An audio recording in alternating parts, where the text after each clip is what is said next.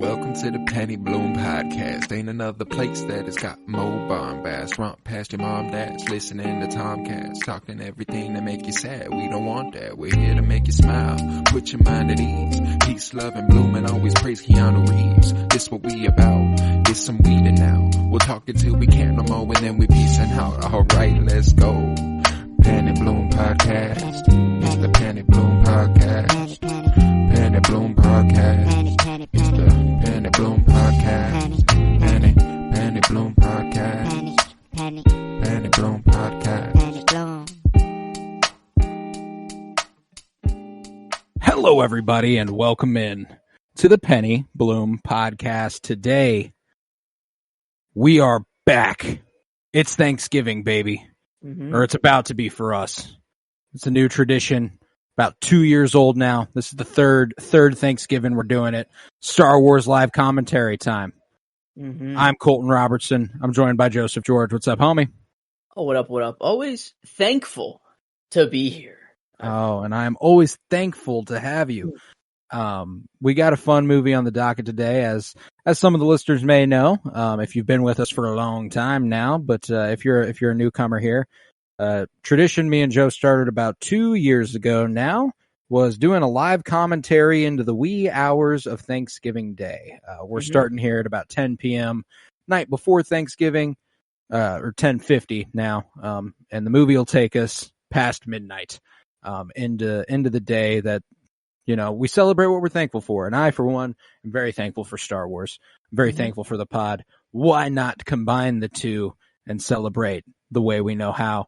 We've done Star Wars A New Hope. That was the first one. We ended up delaying that episode to like February to fit in with a 52-year journey through film.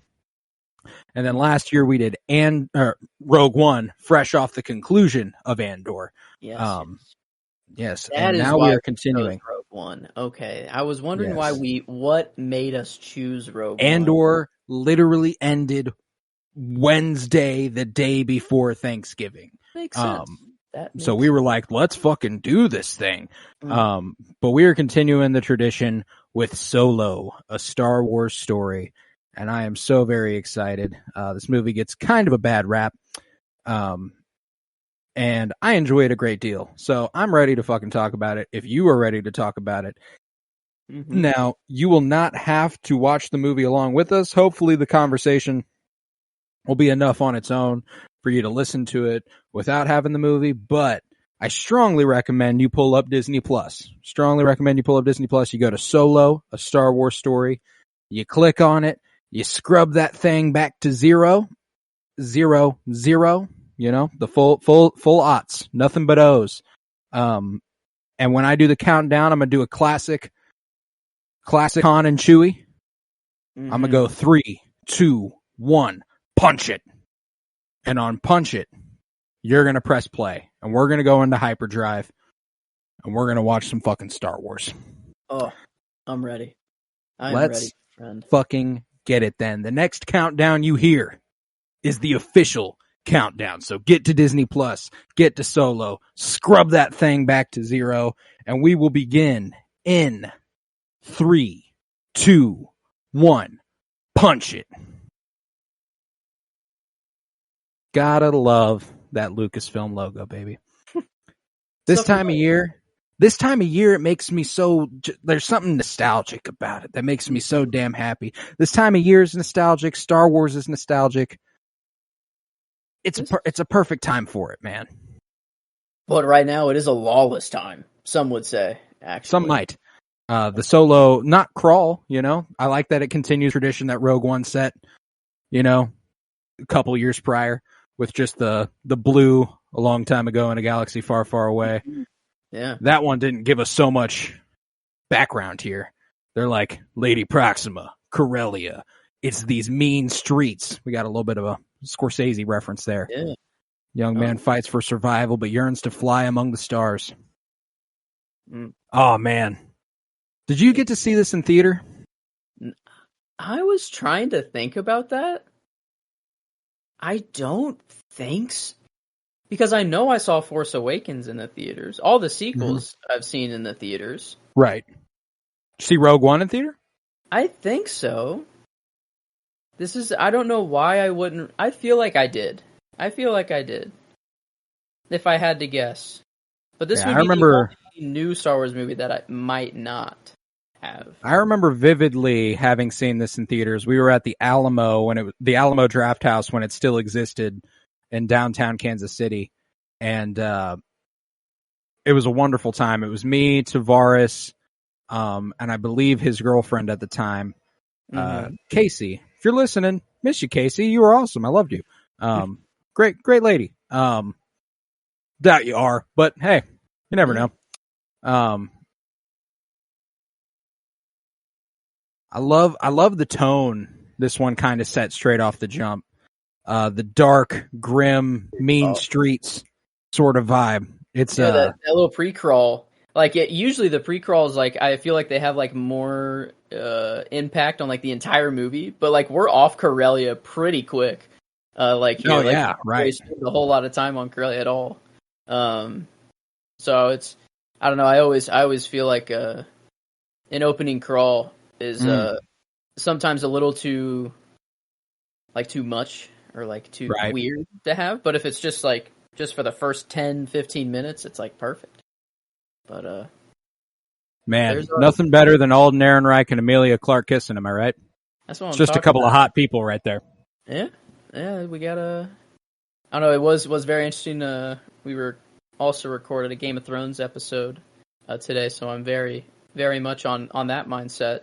And just seeing her in Star Wars is just cool. Dude, I miss her. I can't believe the way that Disney has perceived this movie as a failure due to the people in it. Bro, it was the marketing. It was production hell. It was a terrible, terrible time for Star Wars movies. This is kind of the one that made it so difficult to make a Star Wars movie happen. Yeah. Sad. But super sad. They just they don't. I think Ron Howard ended up churning out a wonderfully fun movie. I think that visually, this is like there's a bit of a simultaneous thing going on where it's at the same time one of the most unique looking Star Wars movies, and at other times one of the most boring looking Star Wars movies. And I there's no way to mean that other than negatively, and we will get there. But none of these sequences, like this right here, I love the monochromatic blues, and that's all that you're seeing. It's just this one color. That's super unique to this movie. That's true. Not that I don't know. Reminds me of Manhunter that we just watched in the little Florida house that they had. You know, embracing each other in there, but not quite. A little darker there. A lot more, I would say, vibrant here. But I don't know this. Yeah, no, this is always interesting. I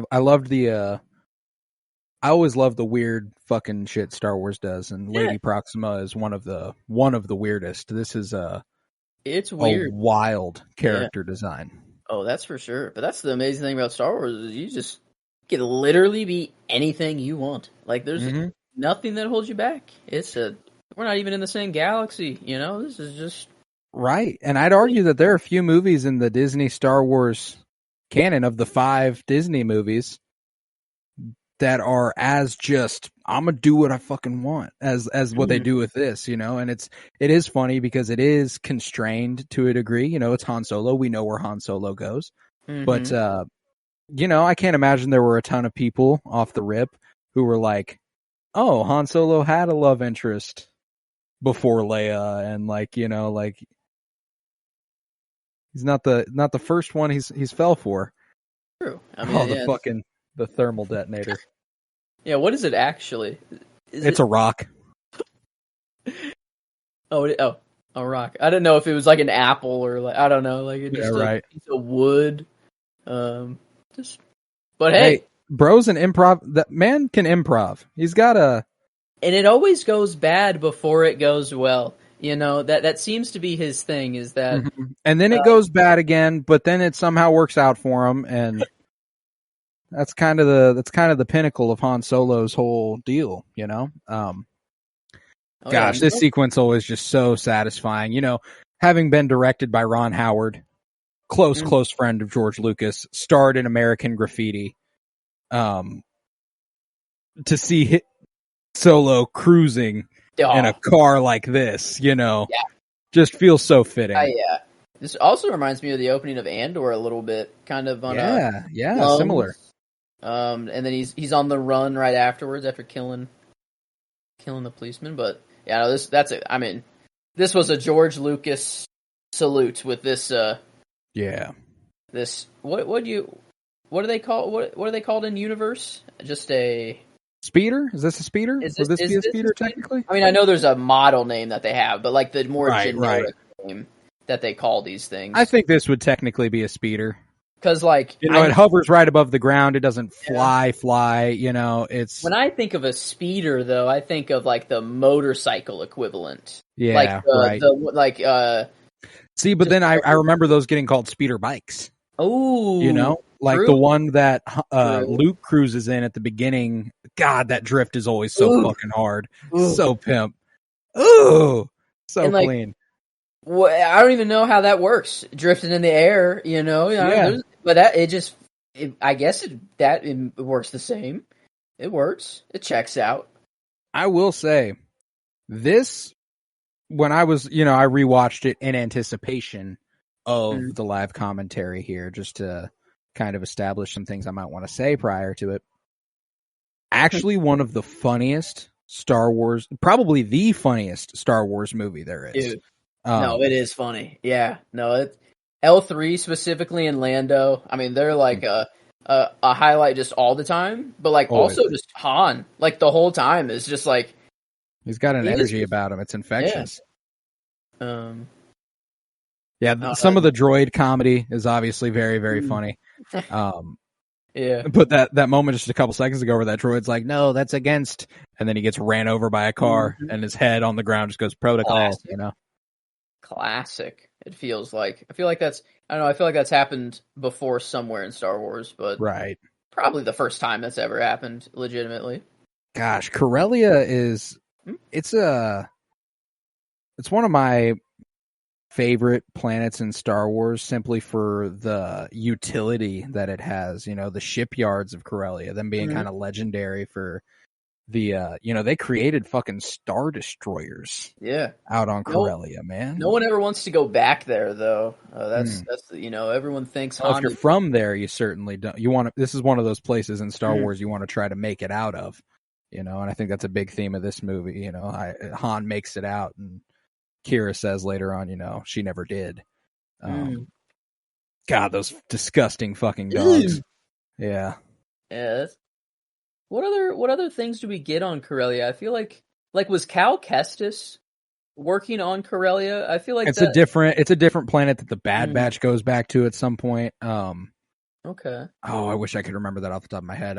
Corellia is the main place that the High Republic book Midnight Horizon takes place. Absolutely love the High Republic. Obviously, if you're familiar with our Star Wars episodes, I like me the High Republic, and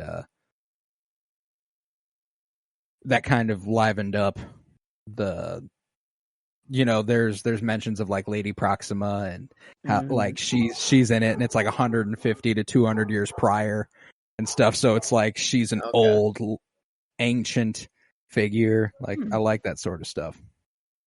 Yeah, I don't know, choosing a scene was actually kind of like a little difficult. Incredibly difficult. Yeah, that was the one thing I kind of kept going back and forth on. I didn't want to choose anything too early, too late. I always hate doing that.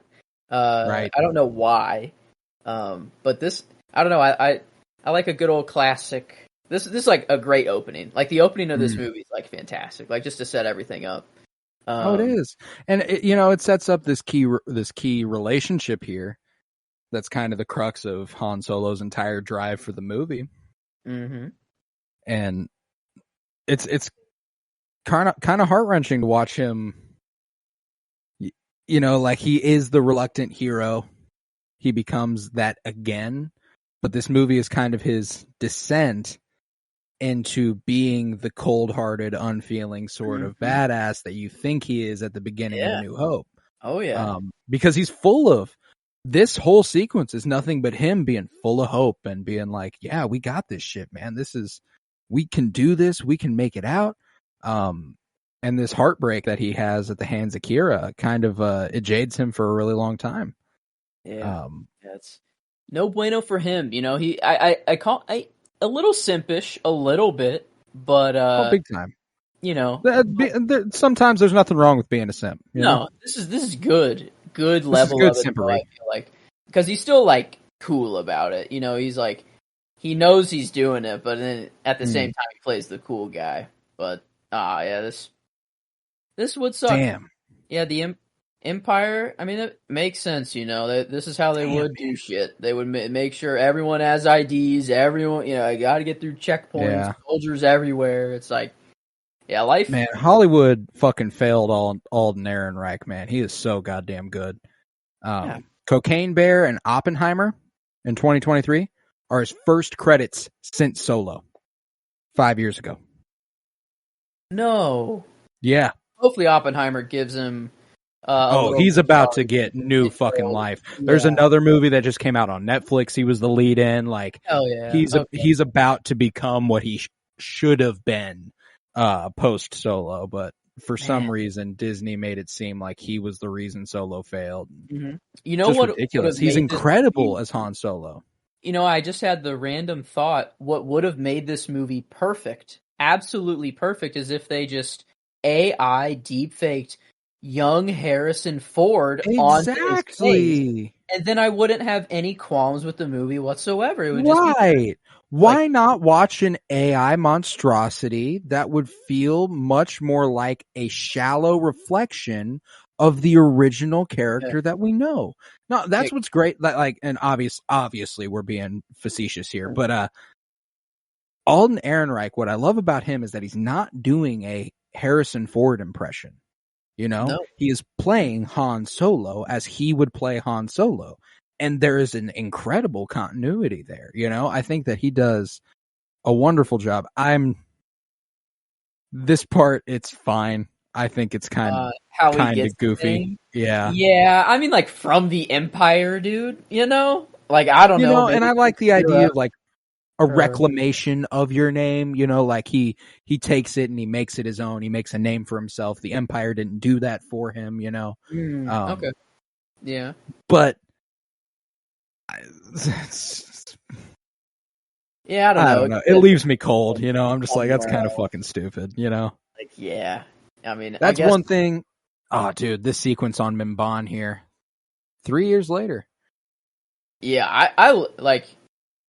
Anytime it just shows the real nitty gritty of what the Empire would actually be like. Like, it looks all nice in the movies because you just see like the clean Death Star. It's like everything in the Empire is clean, very pristine. Yeah, the black, white, gray, fascistic. Yeah, but this is how they got there. This is what they had to do in order to get there, and like to take over the entire galaxy and colonize entire planets and impose a fascist state. Man, what a sick introduction, though, dude. Like, Woody Harrelson. Gunslinger. Bro's just so fucking good. I actually love the character work in this movie all around, and it's mostly on the actors. I don't think the writing does a lot to benefit some of the characters, but that I don't think that's the case for Woody Harrelson's Tobias Beckett. I think that's a well-written character and an extremely well-performed character. Yeah. Would have never guessed like Woody Harrelson in a Star Wars movie, but like it's a perfect fucking role for him. Yeah. That smuggler scoundrel vibe. I love that his captain's the uniform he's stolen has 2 blaster holes in it right there. Because he took it off the dead body of someone I'm assuming he shot. Yeah, probably. Definitely. He landed, bow, and thank you. And no one notices but Han later, It's like, maybe Han noticed it right away, I don't know. But he did just say, like, you are a captain, We're actually about to get my favorite line of the movie, Ooh, okay. simply because it feels so relevant at present. This whole sequence with a imperial government colonizing a planet, making it their own, making it seem like this is our land because we said so. And sure, we have only existed for about a decade, for a very limited amount of time. But hey, this is our planet now. Yep. Oh yeah. It's also crazy to see what galactic colonization looks like. Yeah, imperialism. It's coming up right here. Where Han Solo, he's being a smartass. He does not bring peace, prosperity, and all this. Install a regime loyal to the Emperor and eradicate the hostiles. It's their planet. We're the hostiles. And everyone's like, all the soldiers are looking at him like, "You idiot!" Like this. What's this guy talking about? He's fucking right. This anti-imperialist streak, just beyond political leaning. Just, I don't know how you could possibly think this is okay. What we're doing, this is wrong. This is their planet. We are invading it. How many people you think in the Empire are like Han that just signed up because they were in a fucked up situation, or like they just, but they don't actually believe in it. So many, and it's that because there was a big part of like Imperial propaganda where like we get a taste of it in A New Hope, where Luke kind of wants to go off to the Imperial Academy and become a, like there's a little bit of that thing where someone left Tatooine to go enroll in the Imperial Academy. I think it was Biggs, and then he defected and joined the rebellion and stuff. So like there are those characters like Han who get to the Empire and go, "Oh, you guys are called the Empire for a reason." That whole thing. I got kicked out of the Imperial Academy for having a mind of my own. Okay, Han, I dig it, Han. He's the good guy. Gosh, and Thandiwe Newton is here. Love her. Maeve. Jon Favreau voicing Rio there. Yeah, that's pretty cool. I didn't realize that until this watch I did recently, and I like just pulled up IMDb, and I'm like, wait a minute, Jon Favreau, where the fuck does he pop up? Yeah, he's the little dude with the arms. Oh yeah. That's pretty incredible. I love every time he tries to pull a fast one and he's like, "Hey, Lieutenant, get this motherfucker out of here, okay?" Every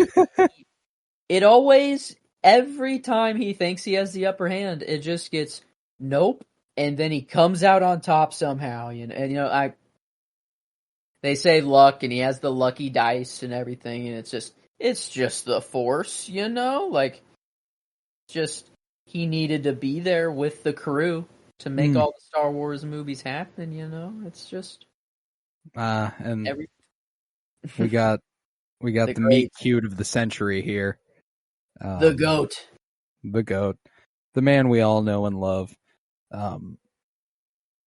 This is so fucked up, man. I feel so bad for Chewie, You get I guess I didn't really realize this. Well, no, because this isn't really Chewie's origin, because he's 190 at this point. Yeah. But I wonder like what got him captured. I guess it's just Kashyyyk and. Yeah, Kashyyyk has been imperialized by the Wookiees, and they've been. Man, there's a whole life to Chewie that we have no idea about. Him just chilling on Kashyyyk, probably just. Man, but they really got him looking fucked up out here. Yeah. I thought this was a creative way to like introduce themselves to each other, though. Instead of being friends right away, it's literally Chewbacca trying to kill him. Yeah, Chewbacca's been tortured by Imperials, and he's hungry. They haven't fed him in days, and he's trying to kill Han to eat food. Yeah. Man, just an all-around shit situation. probably most of that mud is also just shit. I don't know. Like that. Yeah, right. Like this Like can't be fun. Can't yeah, smell good in there. It's gotta smell bad down there. I mean, you can't get out. It's like a rancor pit. But But see, that's one of those funny moments. He killed him too fast. Kill him slower. You know, like it's super fucked up. The Imperials, like that's their. This is where they get their fucking jollies. You know, like it's like, we get to watch the Beast kill a motherfucker today. The revelation that Han can speak Shuriwook here. Oh. That's what makes them have a bond so quick. Mm-hmm. It's probably a pretty rare language. Because just the human voice box, I feel like is just not built for it. No, not at all. Yeah, it's very, very tough to do. On the inverse, the Wookiee voice box is not built for anything else. So there you go. Fair. There's this there's this character in the High Republic named Burryaga. He was included in my top 100 favorite Star Wars characters. Another Wookiee. He was a Wookiee Jedi during the era of the High Republic, and there's this isolation that he faces because nobody else speaks Shuriwook, but his master has learned Shuriwook for him, and one of his best friends, Bel Zettifar, is working on learning Shuriwook for him. He's like the most empathetic character in the whole High Republic. He's such a sweet little dude. Does he have wood as his lightsaber handle as well? I cannot recall off the top of my head. Would be cool, because I remember whether he was in Rebels or Clone Wars. Yeah, like Gungi. Yeah, Gungi. Good old Gungi. Gungi. Yeah, I always had trouble with that one too. I remember because he appeared in the Bad Batch in season 2. That's earlier what this it year. was. Thank you. I was like, of course, he was also in the Youngling arc, where Ahsoka takes them on their yes, their journey. Ilum, and to build their lightsabers as well. He goes to Ilum. I think he's at Ilum.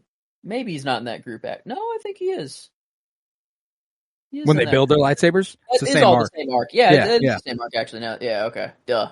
Get your crystal. They meet Hugh Yang, and he gives them the piece of wood from the Kashyyyk tree, and yeah.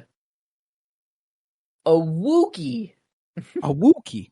Man, you know, Jon Favreau's. He went too fast, honestly. Like that, he's such a cool. Like, I wanted him to stay in the movie longer. He just reminds me of the pilot in the Fallen Order games. Fallen Order, yeah, greasy money. And he's just such a likable guy. Well, and same with Val. It's a real shame that Thandiwe Newton didn't get to be a bigger part of this movie, because I fucking love her as an actress. And this image right here, dude, almost my shot. This was almost it. Just because it shows how like small just that battle seemed. I thought that was the whole battle. No, like, it's raging across the planet. That's just like a minuscule like not even a fraction of the battle. It's crazy. They're so cute. Oh, yeah, she was like, I don't give a fuck, dude. I don't give a fuck, man. I'm 190. He's the dude in the gym locker room letting it all hang out, you know? 190. Yeah, is that old? No, I mean, I would guess that in his prime age, or like, how long? You know, that's a good question. What is the Wookiee's average lifespan? Because my money's on 300. 300, 400. 400 years. Okay, so he's about 40, 50, or 40. Yeah. Oh, wow. They appeared not to age over a span of 50 years, but their lifespans were dramatically decreased due to the harsh working conditions in the spice mines of Kessel. I think anyone's life expectancy is going to go down there dramatically there. But 400, wow. So he's kind of in his prime. Well, yeah, I guess middle age. Well, so he's like 50 or like 40 something, in right? Like years, I guess. So I guess maybe I'm not there's something about this movie. Like, there's a lot of stuff that I really, really enjoy. One of the things that I don't love about this movie is that everything has an origin story. Like, there was that part just now where he's like, "What's your name?" He's like, "Chewbacca." I'm not saying that every time. I'm gonna need to come up with something else. Yeah, it doesn't have to be right away. Like, No, just let bro. it Like, or you could also be like, "Chewbacca, I'm gonna call you Chewie."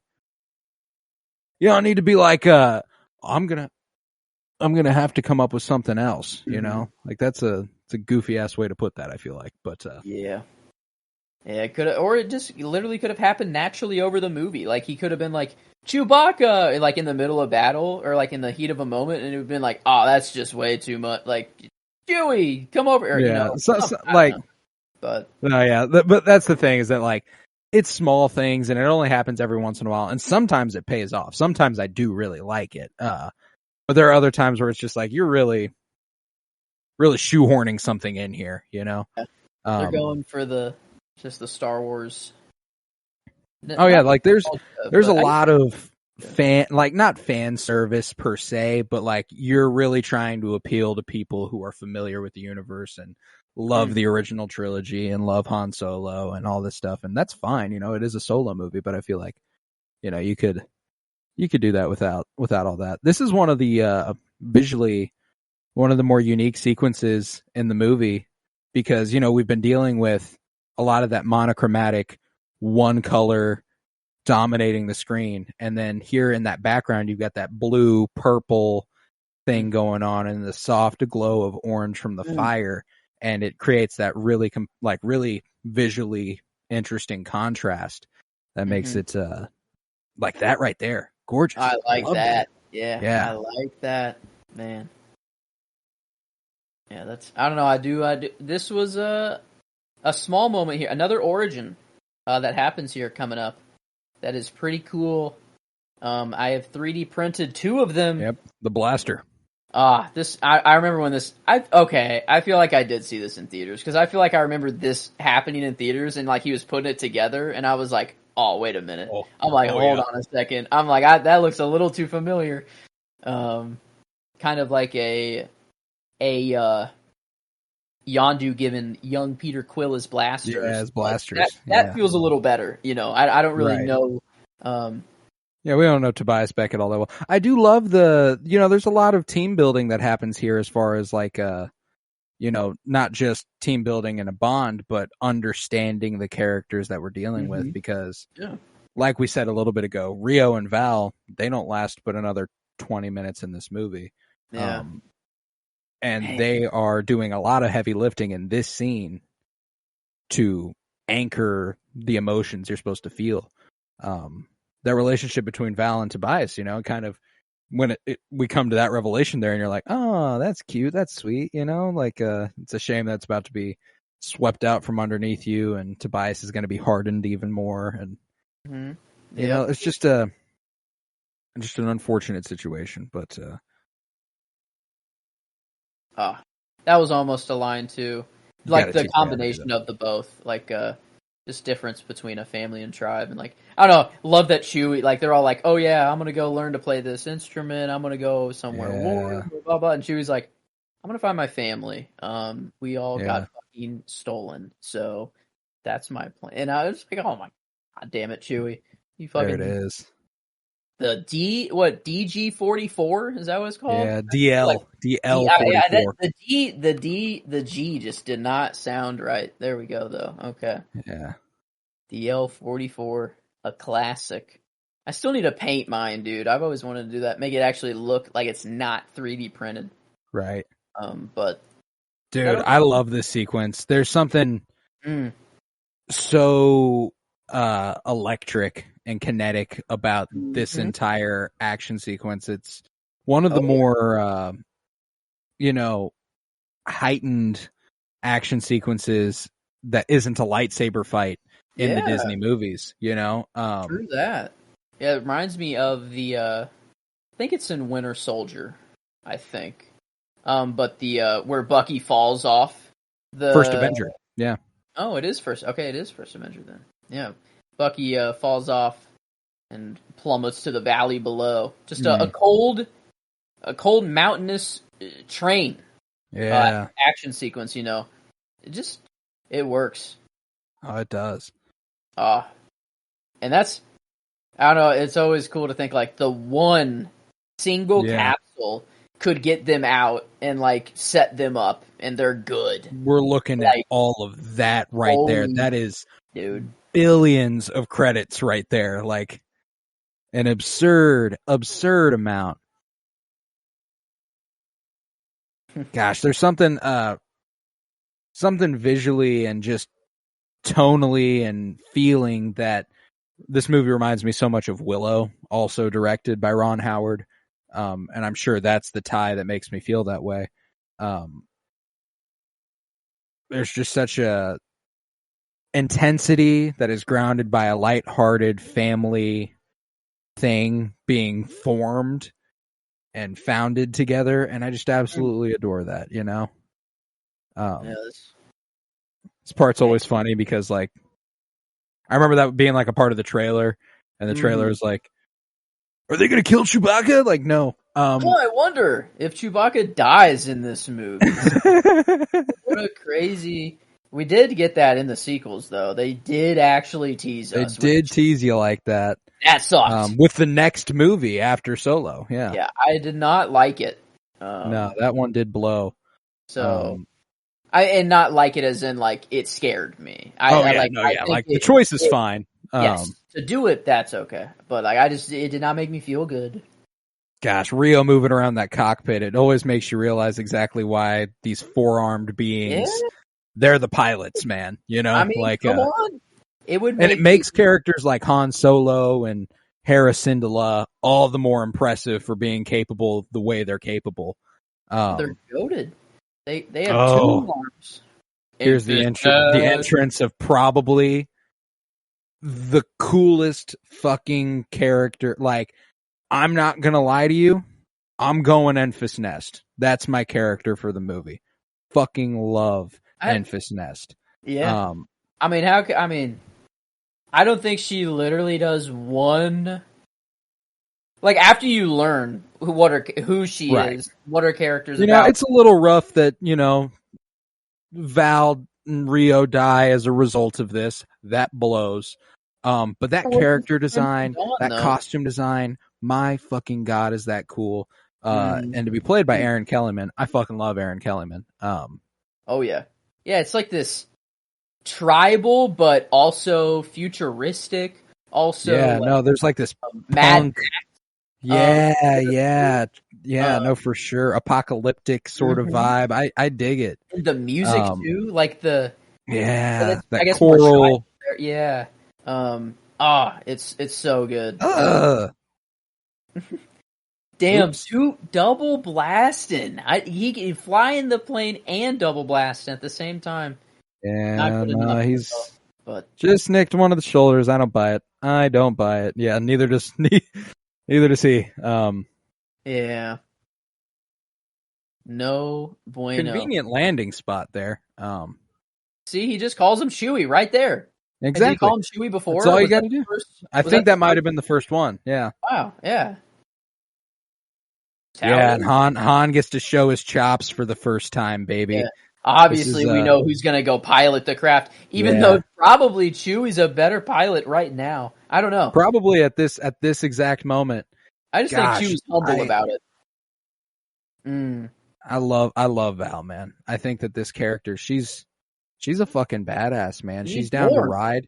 And this moment it feels so pointless now, but there becomes this revelation of what Crimson Dawn is going to do to them if they don't succeed, that it makes Val's sacrifice mean something.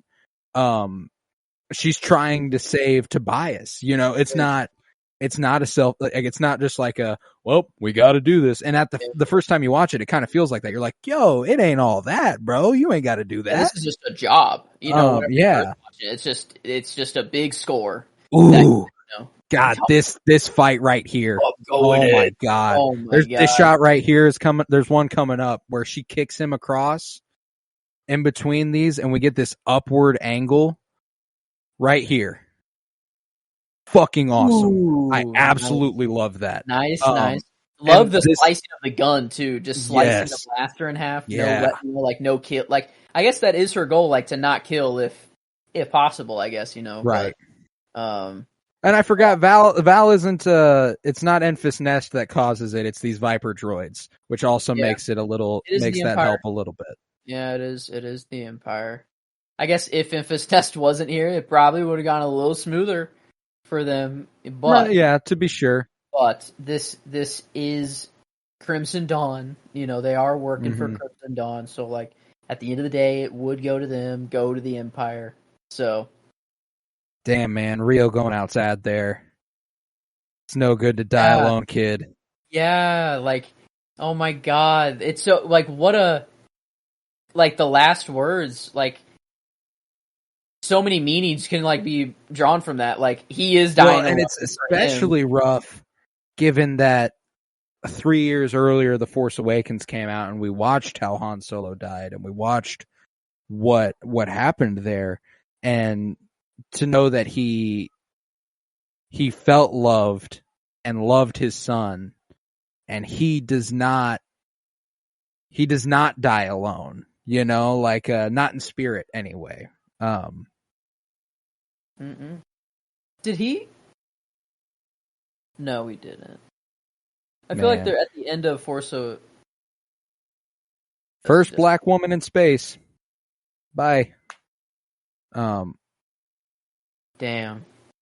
That's another thing that always kind of rubbed me the wrong way, and I'm certain they obviously weren't thinking about that, but that's one of those things that maybe you should think about. First in Star Wars, like. As far as a prominent role, Wow. I believe so. Only to be followed by Janna in The Rise of Skywalker. Yeah, wow, that's sad. Man, and what a great actor too. Like it feels like Dwayne Newton fucking rocks. Like what? Like how? I don't know. It for the story it makes sense and like it works, but like. And obviously, there's a reveal here by the end of the movie that Enfys Nest is also a black woman. So that. True. I mean, at least there's that, but. Yeah, and it helps that she's also like. No offense to Val, but like, Enfys Nest kind of just has her beat. In my opinion, got the and the badassery section. Oh my god, showing the destructive power. This is a brilliant creative choice just to show what this thing that is the tipping point of the entire story here, what it's capable of if shit goes wrong, and to know that they're transporting later in the movie an unrefined version of it. Yeah. That was refined coaxium. That was the good shit. Oh no. Yeah, that's I don't know. I feel like that was like a what? Oh my god, seismic charge, but like very similar. on steroids a little bit. Like it didn't make a good enough noise. Seismic charge still has the noise beat. Mm-hmm. The visual there, though, that like almost water thing it had going. The implosion. Yeah, I dig that. And like the graves here that are in the background, like it's so sad. Like, oh man, like I don't know, just Han's like, let's go. Han really looks like Chewbacca right now, costume design wise. Yeah, right. He's got the furry coat on and everything. Man, I love Woody Harrelson, man. I do. Obviously I rewatched the Hunger Games movies recently. And he plays Hamish Abernathy in those movies. He's a prominent figure in those films. So right now I'm particularly high on Woody Harrelson. Yeah, he's always great. Pretty much everything he's in. I've never really hated him. He's always been just a funny, great actor. Great dude. I'm trying to see what I mainly know him from, like Zombieland. That's a funny one. It's a great White Men Can't Jump. That's a good one. Him and Wesley Snipes. I haven't seen that. What else do I know? I feel like I've seen so much. He's in Venom. Oh yeah, yeah, I've hello. seen Semi-Pro, Venom 2, yeah, Let There Be Carnage. Mhm. I've always appreciated that, like, he's got this interesting status as an actor where he's almost a movie star, you know, like if he's Yeah, in a movie, it's like it you kind of feels want to go fucking see it, it's but big, but like he hasn't been in anything like massive, oh, massive. and that's the thing is that he's clearly not above the franchise shit, you know, he was in Mhm. Hunger Games, he's in Mhm. Star Wars, he's been in Marvel, you Yeah. know, like he does all the stuff, you know. One of my favorite roles of his is actually in the 2011 rom-com with Justin Timberlake and Mila Kunis, Friends with Benefits. Hmm. Um, he Wow. plays a gay sports reporter um, Okay. who Woody keeps Harrelson. trying to hit on Justin Timberlake. He's like, "You sure you're not gay?" And he's like, "No, I'm not." And he's like, "Ah, okay, well, worth a shot," You ever you know? change your mind? Yeah, exactly. Wow. No, I can't believe I was trying to remember what like my prominent Woody Harrelson role is, and it's Now You See Me. That's what it was. Ah, yeah, Him as the mentalist. yeah. And reads Did you ever people's watch minds. Semi-Pro with Will Ferrell and Andre Oh, 3000? okay. Okay. Yeah, yeah. He's in that as well. Okay. This design of the Crimson Dawn yacht, fucking awesome. This Pretty is baller. another example of them getting just fucking weird. Yeah, these voice boxes, I feel, is this, because I feel like I've seen them in animation. Maybe they were actually in the original movies, but they weren't this Yeah, this dominant advanced and sort of. like Yeah. lit up like they do. But Gosh, do this you is think? such a cool setting. Oh This man, design is this so it's like awesome. the cantina, but way nicer. Like High this end, highlight. Yeah, sophisticated, yeah, elegant. yeah. You think those people are actually singing, or that thing makes their voice just perfect? You know, like they Oh, could sing I however they think they're want. singing. Oh, okay. Oh, there's It's your like the boy. microphone. Oh man, yeah, yeah. He's It's a little weird because it's not. You know, Vision is very just all around better, morally. it's so And fascinating and those servants. Ooh, that's some horrific imagery right there. look at the head. Look at this. Did you see? Like Yeah, that's what I was talking about. The yeah, top like half of the head missing. whoa. Um, Dude does not mess around. Just took away her brain, you know, like made her a droid, I guess. But yeah, I always have this weird feel like this. It feels like a complete yin yang from Vision to Dryden Voss. You know, I don't like this is just the antithesis of what I expect from Paul Bettany. But he does a good job as a villain or as like the bad guy. Especially with his like. What is it on his face? Like what? I don't know what you call that, but like yeah, whenever he like gets those angry, scars, and he yeah. gets angry, and they get vibrant, and the paler they are, the more calm he Oh, is, and dude, I think I might be onto something. There was like a microphone stand there, and then she had the thing on her mouth too. I oh feel like yeah, that is like maybe it's like a it's a style perfection. or Yeah. something. Like a The reunion. yeah. I love how confused like Han is. He's like, He's like, what? what the fuck? And Kira's just like, All hey, galaxy, baby. yeah. Kira's like, oh, I work here. What's up? Like, do you remember how we left each other? I don't know. Yeah. Like, that's the last thing. And this is one of those just most jarring moments. You know, it's been like, what, 3 years and some change.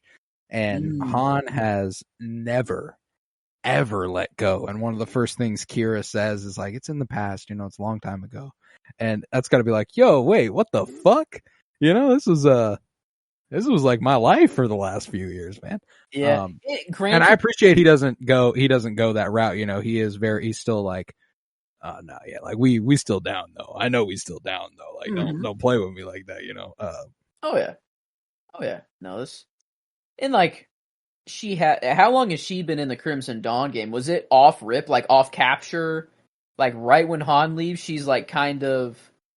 That's a good question. I wonder how long it has been.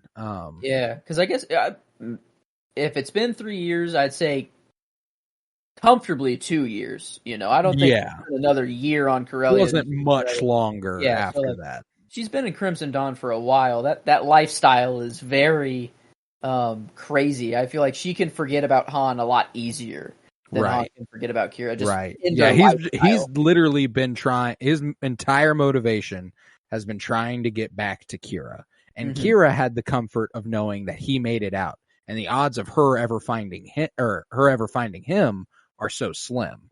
You know, like yeah, they were just screwed. It was like they both knew they wanted to find each other and look for each other, but it's like in this galaxy, you know, dude, how would you even track someone? Like, Find My Friends just doesn't even work at that point. I don't know, like that, like from planet to planet. That's just God. The cast in this movie is just so fucking stacked, man. I love, like, we're looking at Emilia Clarke talking to Woody Harrelson and Alden Ehrenreich, and before long, here's Paul Bettany, you know, just right around the corner.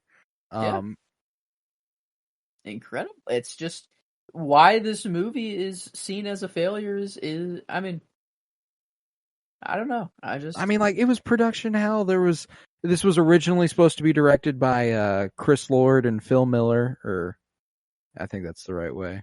Maybe it's Phil Lord and Christopher Miller. I can't remember. They're the producers of Into the Spider-Verse and countless sitcoms and all sorts of stuff. Very prominent. The Lego Movie, very prominent duo there creatively. And then, originally Dryden Voss was not played by Paul Bettany. Originally, when this movie was shot by Phil and Lord and Miller, don't want to try to fuck up their first names again. An actor named Michael Kenneth Williams played Dryden Voss. And then when the new director, Ron Howard, was brought on, he couldn't do the extended reshoots, and he got recast, and Paul Bettany ended up with the role. I love Michael Kenneth Williams. Rest in peace, died just a couple years back. Or maybe last year. Wonderful actor, was in The Wire as Omar Little, one of the best television characters of all time. Just a fantastic performer. And I don't want to seem, it seems like bad for me to say this, but I wonder if like his, like Michael Kenneth Williams' real life scar on his forehead, like actually was like he's a perfect. I'm assuming that was part of it. I'm assuming that was like maybe it was an inspiration for what they were going to do with the character Dryden Voss, and then they just built upon it and kept that idea, just a wonderful, wonderful actor, and I do love Paul Bettany, but I would have loved to see him in Star Wars. He's just the good. I see him too much as the good guy. I don't know. Even though he's making these threats and he is very intimidating, it's just, I don't know. That's what's crazy is like in a movie full of pretty great performances, and Paul Bettany is fine.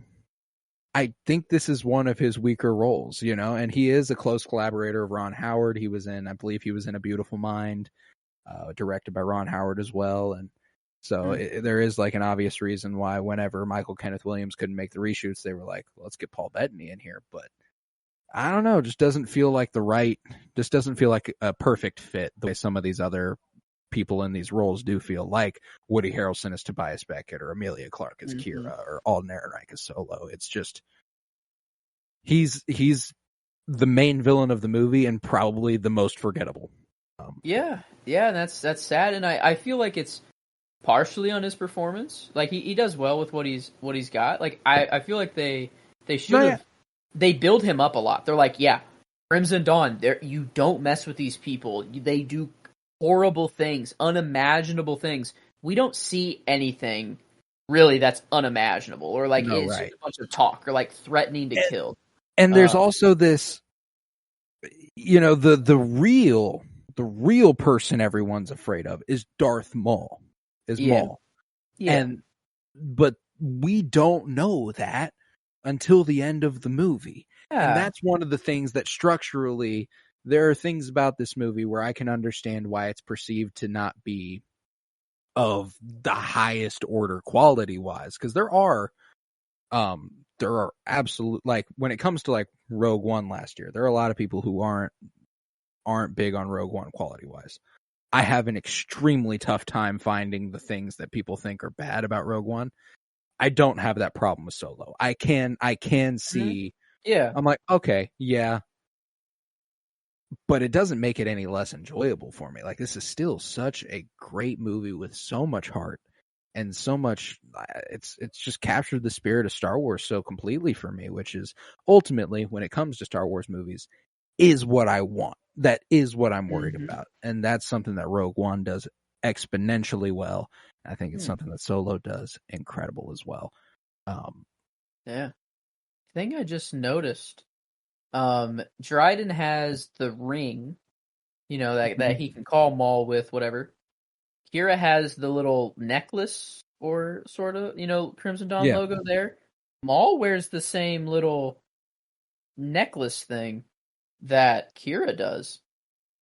Maybe he has a ring on as well. I don't know, if I wasn't paying attention to his hands. But I wonder if there's like if that is a different symbol, like within Crimson Dawn, or like a God, I love that Lando. That was a gorgeous shot right there. That light flashing and them getting silhouetted. But again, we're back to that monochromatic orange, yellow, brown thing. Gorgeous. God, I love that. And a lot of people don't. This is a little Fincher vibe ish. A little bit of a Fincher vibe. Got a little television. Your settings on your television are important at this point. That's true. I do have my nightlight on, so I see everything even more yellow than it is. Let me turn that off. Yeah, because the other thing is that this scene is ordinarily so fucking dark. One of the more dimly and poorly lit sequences. That's gorgeous, though. That silhouette of that yellow light coming through. God, I love it. Ooh, wow. Yeah, thank you for telling me to change my computer settings, because wow, it is so much brighter. It's actually unreal, but like it looks so much better. Yeah. I just usually watch movies on my TV, so I don't ever change my monitor settings, but that helped a whole lot. Oh, and I always tailor whatever I'm watching something onto the movie I'm watching. I'm a weird movie watcher that way. Like, I'll be sitting down with Emily and something will come on and I'll be like, wait, what do we got here? Is this calibrated? Is this calibrated dark? What's going on here? What is this? Have to, always important to turn the motion blur off, but oh yeah. Han. I love this man so much. And the fact that he's just in Star Wars, and the fact that he kills it so hard, makes me just love him even more. Like I already loved him before he was in Star Wars. I just loved his music. Of course. A few Community episodes. I haven't watched it like all, but it was on at college every now and then in the background. Incredibly funny in Community. Just one of the most talented gentlemen alive, if we're being for real. Dude. Ooh. There we go. There's someone I didn't think of. That's probably, if we're being for real. Dude, he's the belle of the ball here. Direction-wise, he's starting to do a lot more things behind the camera. I remember even like the This Is America video, he wrote, just did everything for that. Like, dude is just an absolute... His work on Atlanta, it's a fantastic show if you haven't had the opportunity to engage with it. I need to see that. I've only watched the first couple seasons. I need to catch up with 3 and 4, but just a wonderful mind on him. And look at all these zany figures in the dimly lit, dark back room of the sabacc table, and eyes on your own cards, buddy. Like, that whole thing is extremely funny. All of them.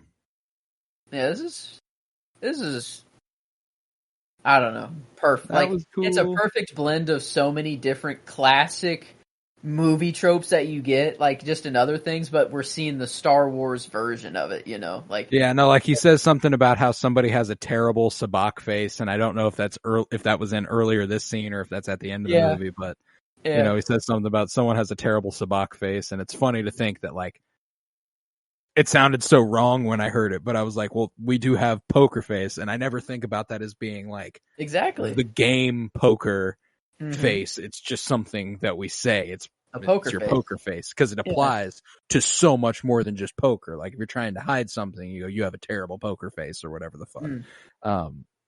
It'd be funny to just be like, you got a terrible sabacc face. Your sabacc face just isn't good, man. You got to work. Yeah, it just doesn't roll off the tongue as well. But for them, it does. You know, it's what they know. I enjoy that Lando is also kind of flirting with Han a little bit. You know, he's just a flirtatious man in general. Just a flirtatious gentleman. I'm wearing my "Everyone in Star Wars is Gay" T-shirt right now. I felt like the right way. Oh, I did have my Star Wars shirt on earlier. I believe we both have it. But I just have the hoodie on now. Just the hoodie. But the Baby Yoda pajamas are on though, so. Oh fuck yeah, there you go. There's the spirit of things. Anything in here. The green Psylop. God, I hate getting beat with the green Psylop every time. It's almost like he has a trick up his sleeve or something. Like quite literally. Like and I love that Han is like, that's not possible. You couldn't have. Yeah. You know, he knows he cheated. Played. Yeah, he's like all the green sabaccs or I already forgot the name of whatever it was, but yeah, they've all been played. Yeah. Yeah. Full of bantha crap. Yeah. Oh, look at that outfit. God, yeah, that outfit, the little trot down the stairs and stuff. You know, I enjoy that he gets more so than Alden Ehrenreich gets accused of like an imitation. For some reason, Donald Glover gets more of a reputation for having tried to imitate Billy D. Williams a little bit, and I think there's certainly an air of that. But it's like with Billy D and Lando, it feels so much more inseparable to me than it does Harrison Ford and Han. Like, and maybe that's because just like behind the scenes, Harrison Ford is just very not Han Solo. You know, like there's an obvious divide there, and I can perceive that character as a separate entity from him. When it comes to Billy D, man, like it feels like that is Lando, you know, like that's Lando Calrissian, you know, and I think he does a good job, Donald Glover, of emulating that elegance and that, for lack of a better word, fruitiness. I think he's so flirtatious and so fruity.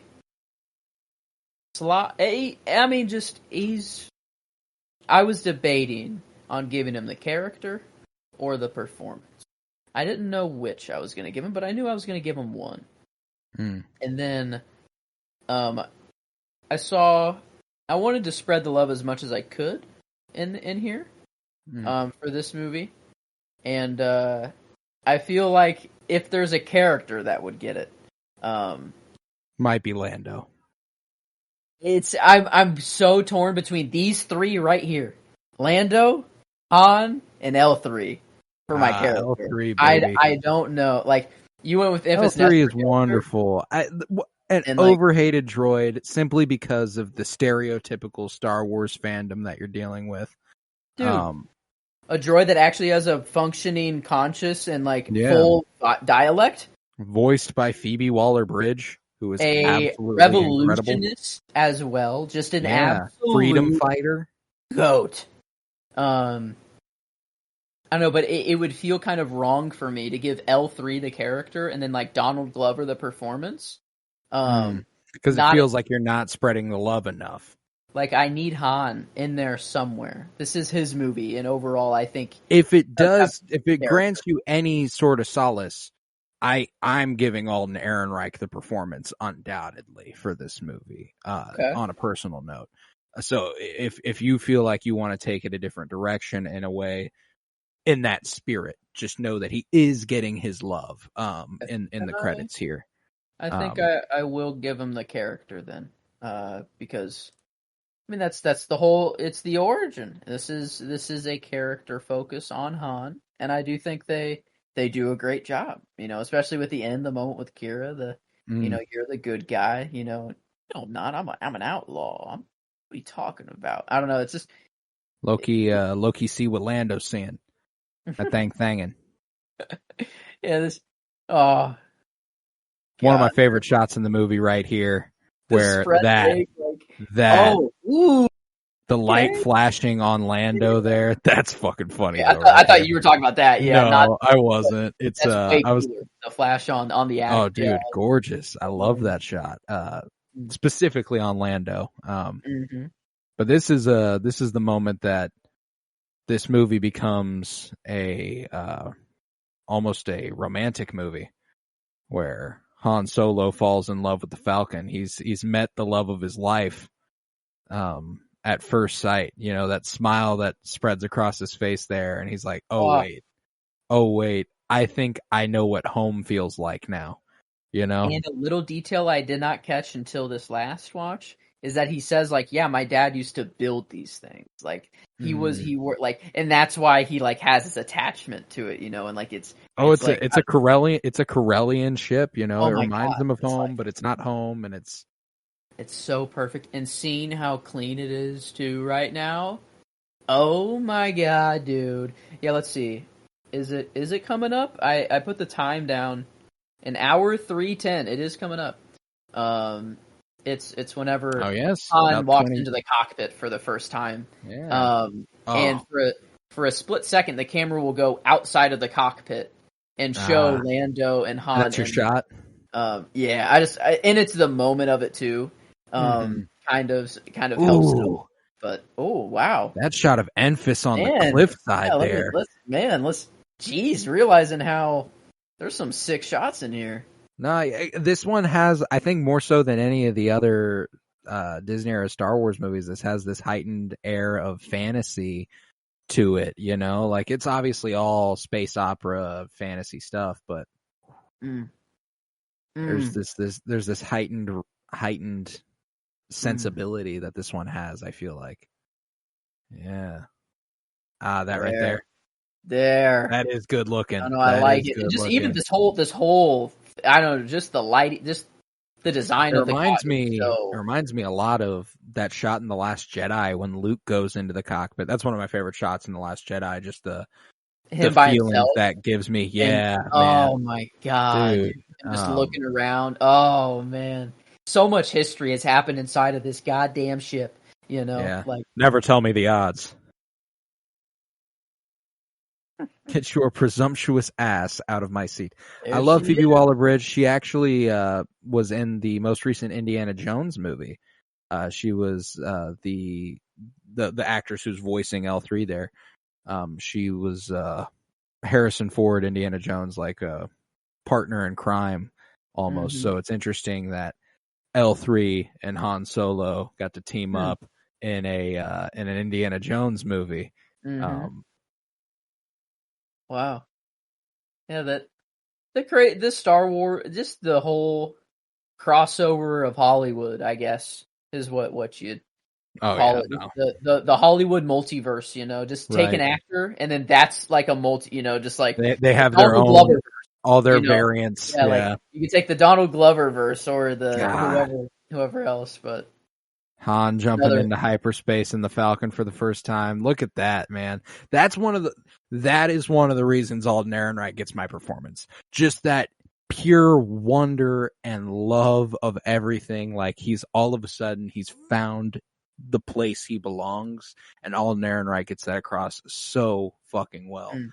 This is one of the origin stories that I actually kind of like. This one's funny. Oh yeah.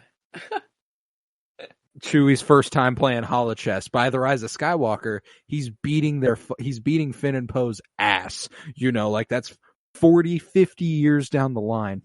Also, I think like in the OT, isn't it like, don't beat him. You don't want to know what happens if you actually beat this. He'll rip your fucking arms off. Yeah. So we're coming up on my favorite scene of the movie. Ooh, okay. And it's this. It begins right here. Lando's closet. Damn. Dude fun fact. The only scene in Disney era Star Wars directed by George Lucas. This? This I think this you've closet. told me this before. Maybe Yes, I feel this like I've scene heard that. in the closet. He was on set. Ron Howard gave him the reins, and he got to go. And I think it comes through so hard. I think in the direction of Alden Ehrenreich here, this is the most Harrison Ford I think he gets. Oh my God! What a perfect timing! It is midnight. We are thankful. I was wondering what would happen right at midnight, right when it hit Thanksgiving, and it's a perfect. It's my George favorite scene. Lucas. It's my It's favorite your scene of the movie. It's George I'm so Lucas. thankful. Oh my God! Wow. God, the chemistry that You want these two to? have is fucking palpable. That right, you want to? Oh, Yeah, you know, she's like, "What's the plan?" And he's like, "Well, I was thinking we could talk for a little, and then we could head to the, you know, we could go out to the couch or something." But yeah, man, just the energy these two have, the chemistry that these actors have. We get a little bit of a parallel to Empire Strikes Back here when C-3PO interrupts the kiss between Han and Leia. Just that little scene, man. It makes me so fucking happy. I think that Kira she's shrouded in mystery, so her character doesn't get a lot of exploration. So the scenes whenever there is that real, you see what she wants, but what she can't have almost in Han, whenever that comes through, it's wonderful. So that was another big reason I went with that, because if there was a runner up behind Enfys Nest for my favorite character of the movie, it's probably Kira. I enjoy Emilia Clarke's performance of her way too much, and with the recent, she actually just got a book about her last month that I've been meaning to read called Crimson Reign, I believe is what it's called. Okay. And she's been a big formative character in the comic books right now. She's recently there was like Star Wars comics were set between Empire and Return of the Jedi, and a big storyline was that Han Solo's body, frozen in carbonite, got stolen before it made its way back to Jabba the Hutt. The Mona Lisa. Kira stole it. Oh. Yeah. Oh, and then sold it off. Sold it off at auction. She sold them off at auction. Yeah. No, it's kind of cold. She's changed. She's a little different. She's like fought Darth Vader in the comics. She's good. Yeah, that's all right. I was like, yeah, she's changed. She's a different person. If you've survived Darth Vader. Like there's a perfect panel in the comics of her fighting Darth Vader that exactly mirrors a shot from the Phantom Menace where Maul is fighting Obi-Wan. So it's like the masters and the apprentices fighting each other, you know? Dude. This is what is she like? How is she like this cold? Yeah. Like I remember there's something where she beats she does some move to someone, and L3's like, I've never seen that before. What the hell even was that? And she's like, oh, it's blah, blah, blah. I learned it from Dryden, right? Is that what she said? Dryden, yeah. So she's been trained by Darth Maul. That's what I thought. I'm like, there has to be some connection to Maul here, but like, yeah, no, she's been trained in combat by Maul, like, but not lightsaber like she. No, probably not. But like blades, probably, as we see later in the movie. But we just had that whole scene where L3 is explaining her relationship to Lando and how it's awkward because she doesn't feel the same way about him and stuff. Yeah, I mean, I understand. You know, yeah, it's how would that even work? It works. It works. I feel like they're already a couple. I mean, they seem like they always push the hyperdrive at the same time. Yeah. The lines they have back and forth with each other. I mean, there's love there. There is. Yeah, and I mean, like, I guess whenever she does go and like, you know, he's running out there, like, oh, you know, like he's very, very distraught. Like, oh yeah, for sure, man. Does Kessel. not take easily. This is one of those. Eesh. There are a few locations in Star Wars where, I mean, obviously they've been adapted into maps on Battlefront 2.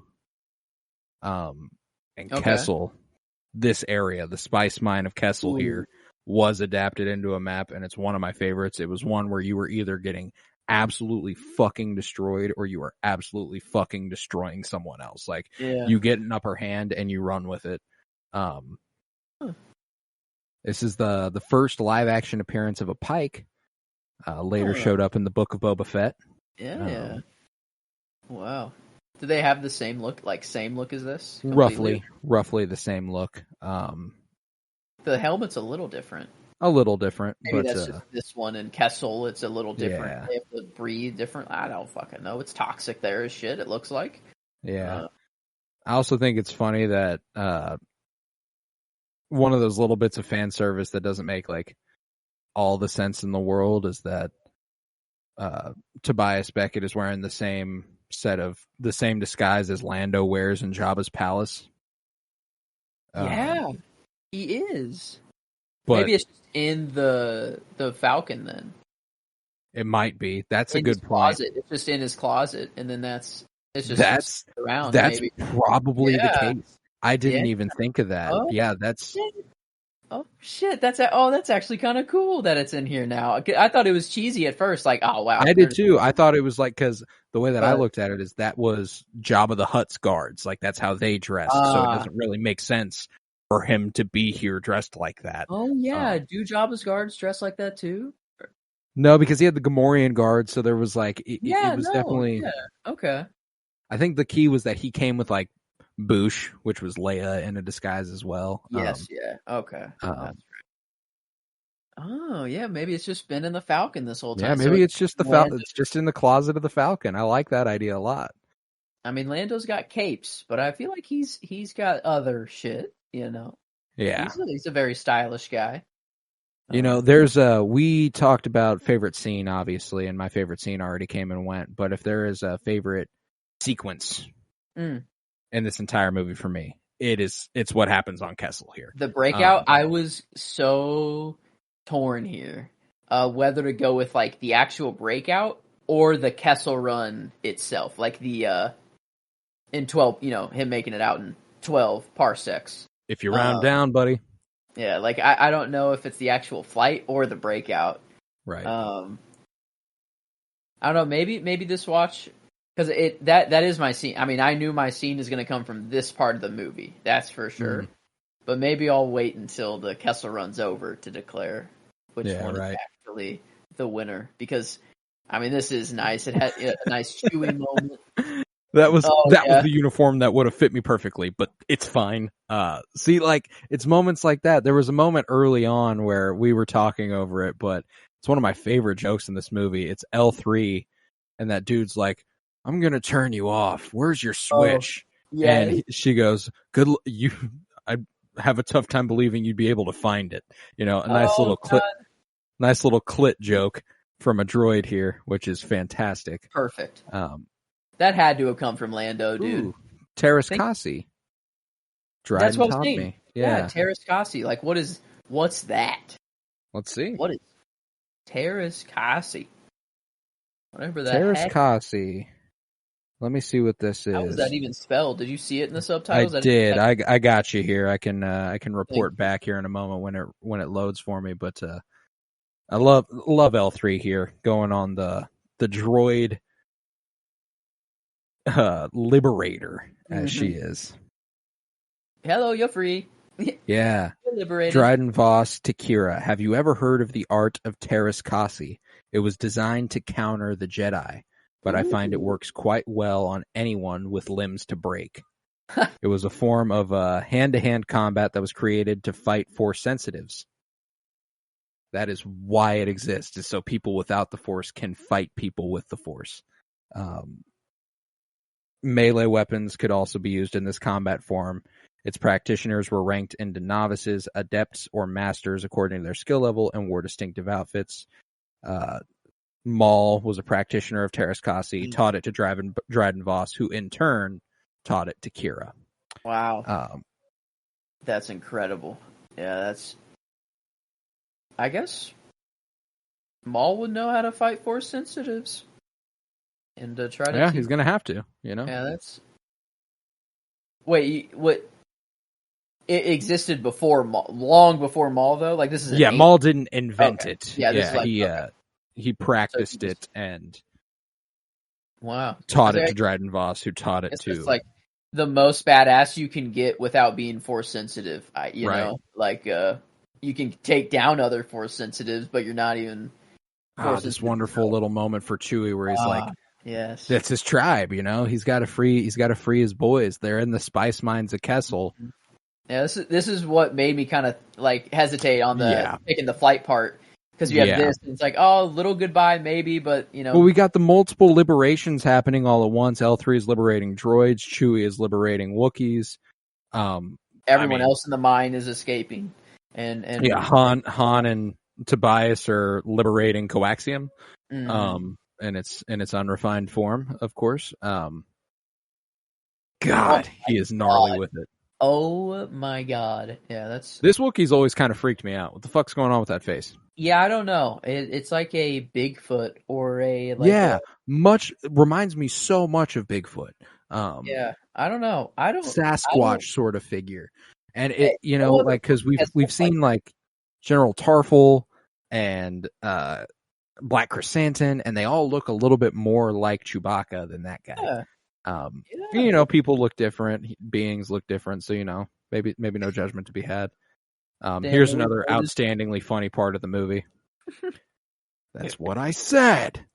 Ooh, that was impressive. Yeah, a little nut kick. That always does reaction. That was impressive. Yeah, a kick to the nuts. No matter what species you are, it seems that's gonna fuck you up. We'll do it. That will do it. Damn, man, I think that underrated visual movie. I'm realizing it this off too. Like, yeah, it is nice. This is nice to look at, and I don't know why I've thought in the past of it as boring. I said it was the most unique and boring simultaneously, and there are, there are boring visuals, but like. Maybe that's later in the fucking movie. I'm like, I don't think that I've seen one yet where I'm like, well, that's boring. The Calrissian Chronicles, baby. Chapter 5 continued. Love that alliteration there. Yes. But God, he's just so cool. I mean, this is a little nerdy, but like it's cool for him. It's because it's Lando, it's cool. Oh yeah, no, he's writing his memoirs. I tune in to the I would. Yeah. Well, and it's also like incredibly narcissistic, like it's going with his thing where like it's all about him, the Calrissian Chronicles, and one of the best things about Lando's exploration through the original trilogy is how he becomes much less self-serving and much less selfless, and obviously you can't go on that journey in this movie, and he remains selfish like the whole fucking time, but the way that they show he's capable of love and care is through L3. And that's such a, we talk about it a lot when we talk about Star Wars, is like a primary way to determine the morality of a character is how well they treat droids and how much they respect them as beings, not as servants, Of course. Yeah. This is, I don't know, very crazy. Oh yeah, that's not good. That dude.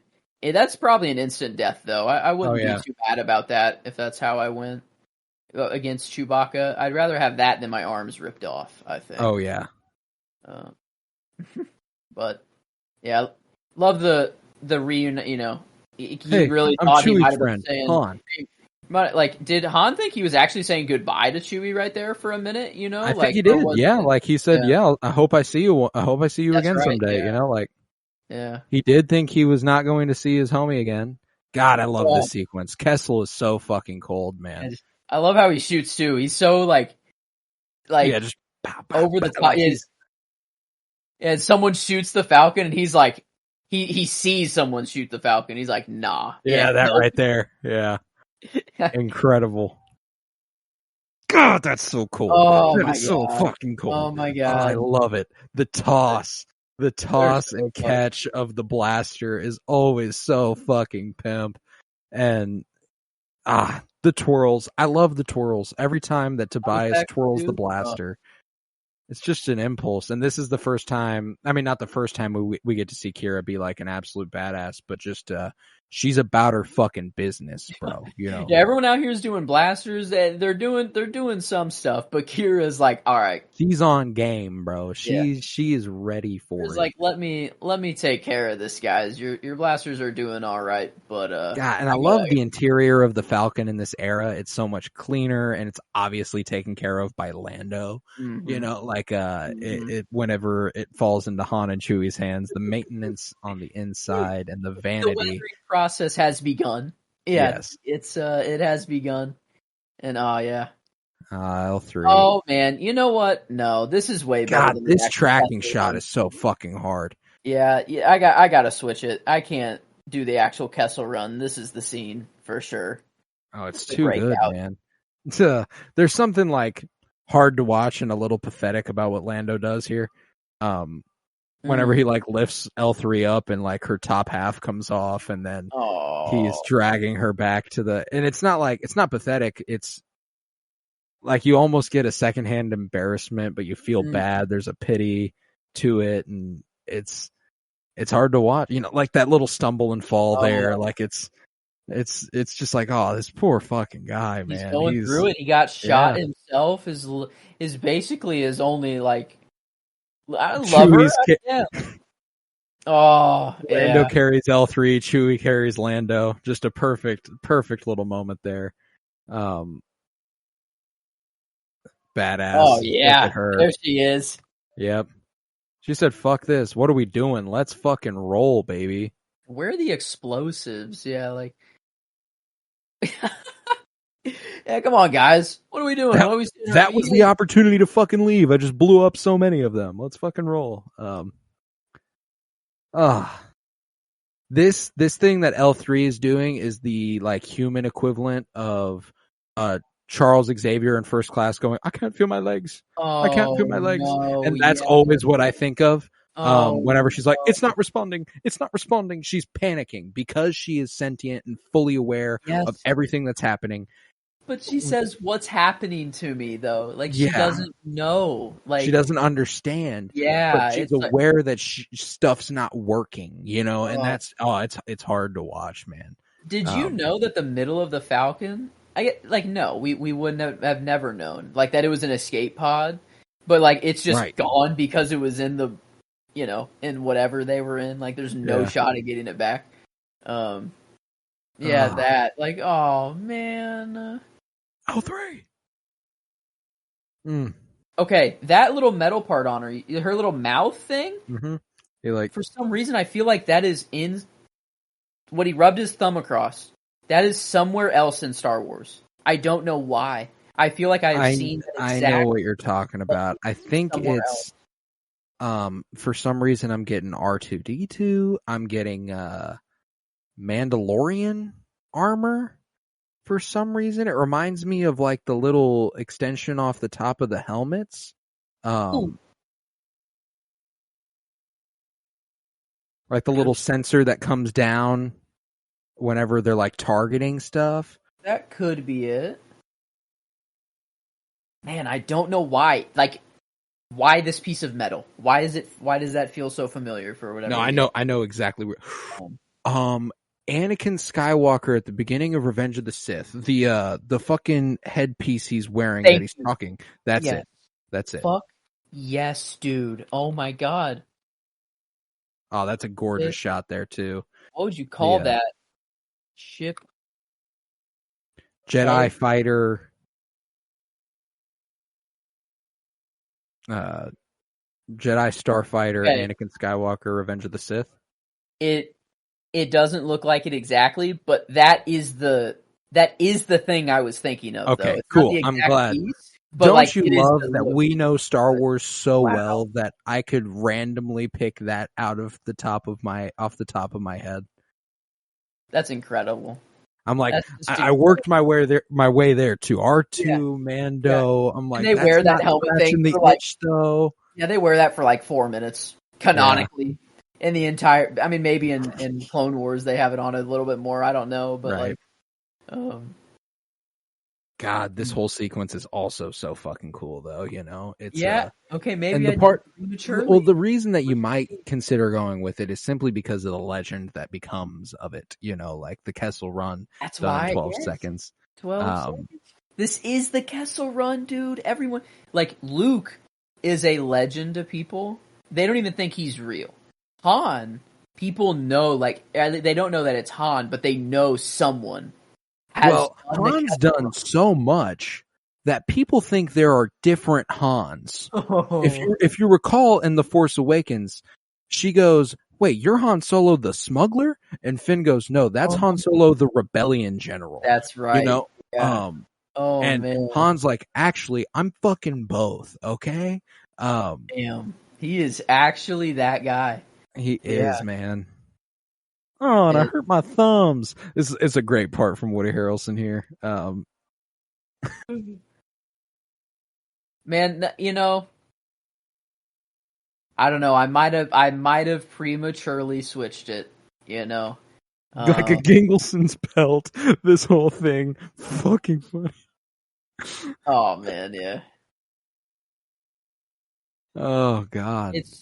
There's nothing like a classic Star Wars air battle, but this is also the Kessel Run. This is also fucking injecting the fuel pump with coaxium. I'm switching back. You're going back. You're going I knew back. I'd do it. I knew I'd do it too. That scene got plenty of love while it was on. It's also much more extended. I feel like it's drawn out. How do you limit that to one scene? Like I feel like it goes on for several minutes. You know, so. I love just hitting a TIE fighter like a ping pong paddle, though. Right. That's awesome, or a fly swatter, basically. Yeah, and Chewie being like, "All right, I'm 109." This is the duo right here. Another Alden Ehrenreich delivery that just makes him my favorite right here. You look great. You know, just it's so simple and it's so small and it doesn't feel like it would be the reason you pick a performance in anything. God, that music swell right there. God, I love Star Wars, man. And a few things make me feel like I love Star Wars than when we do these live commentaries. Mm-hmm. Just talking through it and talking about it as it's happening. The holiday time too. Yeah, I always watch so much more Star Wars during the holidays. Oh yeah, like, this is the time of year, especially since like this was the rarity. I really hurt my thumbs. I love Woody, but you know, this was the outlier here, but 4 of the 5 Disney era Star Wars movies came out in December. You know, like they released in December. When I go to the theater, I associate Star Wars with winter. I associate with the end of the year. This came 6 months off the coattails of The Last Jedi, the most divisive movie in the entire saga. It was terribly marketed. It had production. It was in production hell. It did have the hard sell of a recast in an iconic role from Harrison Ford. So, like, I completely understand why financially this didn't succeed. Yeah. But goddamn, is it a fucking shame that Disney has taken the complete wrong lessons from it, man. Like, imagine we get this, but I don't know, like, who else could we get a nice old character study on that could just be easily recasted? I don't know, a Chewie prequel would actually be pretty sick. I wouldn't mind it. I would love a show entirely about Wookiees, you know? And, you know, there's so much, and Lucasfilm just did. Disney just shut down like a whole branch of Lucasfilm animation stuff, so chances are that after Bad Batch, we're not getting much more. Which fucking sucks because this universe just lends itself so fully and completely to animation. Well, obviously, I adore the live action stuff.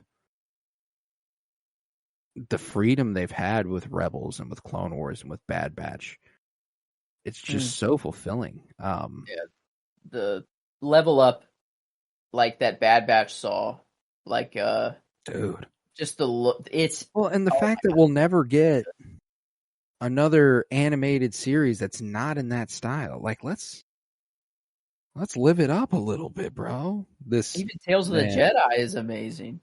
Yeah, exactly. I forgot about that one. I mean, obviously, I think Visions is going to continue to be done as long as animation studios are willing to do it. It's true. Yeah, it's Um, not their own anime. They're like, all right, if we can Yeah. outsource it, good. Yeah, right. Dude, So this is yeah. one of those things that I was talking about with the heightened fantasy of Star Wars here. Mhm. What Lando being like, I don't know what the fuck that thing is. That is not supposed to be here. This thing is just sitting in the middle of space. It's got all sorts of tentacles and eyes.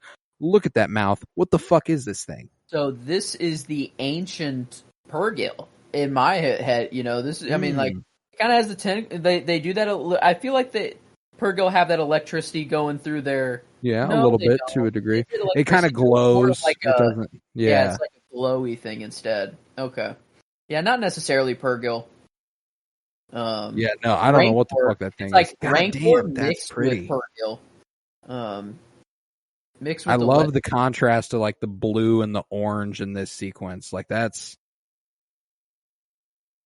Damn, the escape pod. Really would have loved to see the inside of that before it just went bye-bye. right, got jettisoned.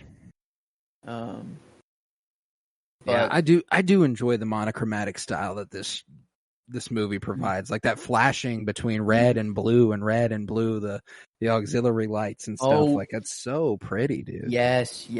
And I remember I think it's in this flight sequence somewhere where they lose power completely and it's all red inside for a little bit. And like Yeah. the use of lighting in this is actually like they do it a whole lot.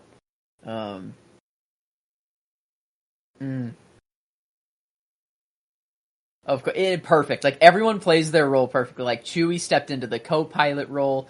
Kira is just like perfectly and just effortlessly put L3 up into the ship. Yep. Now, like L3, she's part of the ship now. I think this is where they lose. This might be where they lose power temporarily here. Oh, I think it's after. Well, I feel maybe like it already happened. Maybe we weren't. Maybe we were talking through it. Yeah, because I know whenever he injects it at first, it gives them a slight boost, but then they lose everything, and then it comes back on at like a last boom. Yes. But I feel like there is that shot right there. That's pretty. Like it's. It's like surgical as well. I love how like he gets like this syringe and this like molding clay or like whatever, you know, like it now feels now shut up, let me do this, you know. He's like, just shut up, dude. Dude, the way that thing's skin is getting pulled back, like ugh. Nope. Yeah. That's a skeleton of whatever that creature is there. That's not even like a black hole. I don't even know what. That's just a gravity well. A gravity well. The maw. That means it looks like hell. Like it does. Where do you go when you go through that thing? I mean, obviously you die, but gone. Yeah, I don't think you go. I don't think you go. That is the last place you go. There. Yeah, you don't go anywhere further after that. God. Yeah, that's dope. So fucking cool. Uh-oh. That moment made me realize that coaxium is literally just oil. Like a straight up analogy for oil. And it works like the mines just exploiting people and planets for it in this case. I guess I love. You know, they could have jumped to light speed now. In theory. You know, like, in theory. Maybe the calculations weren't made. I don't know. Maybe the calculations weren't made. Maybe he doesn't feel like he has a clear shot. That shot right there, where it zooms in on his eyes, gives me chills every time I watch it. First time though, like the Captain America shot. I feel like whenever he sees hyperspace for the first time, if they do that shot right there with his eye, was that done? That was in Endgame, right? For Captain America, or was that? Yeah, whenever he's in space for the first time, yeah. Endgame. So it would have been a couple years or a year after this. Okay, so yeah, what hasn't been? Yeah, not to mention that release schedule wise, this movie came out like 4 weeks after Infinity War. Wow. Yeah, that's Like Disney fucked it up yeah. marketing wise. That is not good. This movie was like the first one that really gave. Well, I guess maybe the sequels are always a gray area because it's like I feel like it's hate for now, but later on people will come to love them. I fucking love the sequel trilogy, man. Yeah, this Hell of a ship.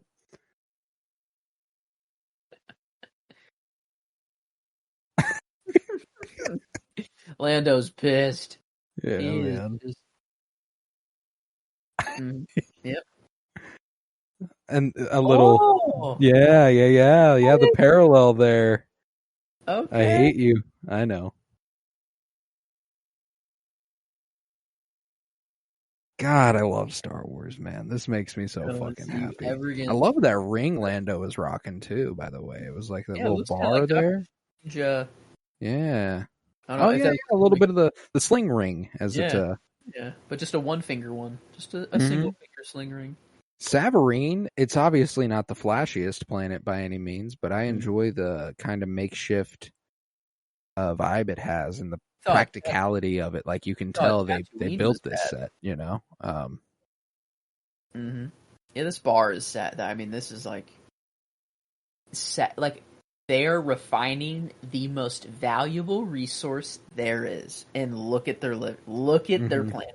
You know, like Well, and you know they're outside Imperial jurisdiction. There's, oh wait, I guess this is just a refinery on this planet. Might have been a, I guess so.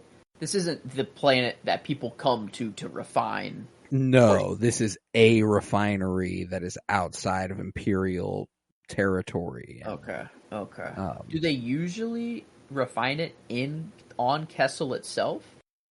I'm not sure. do That they would actually make have- sense. Maybe the Kessel Run. Maybe that's how it's known.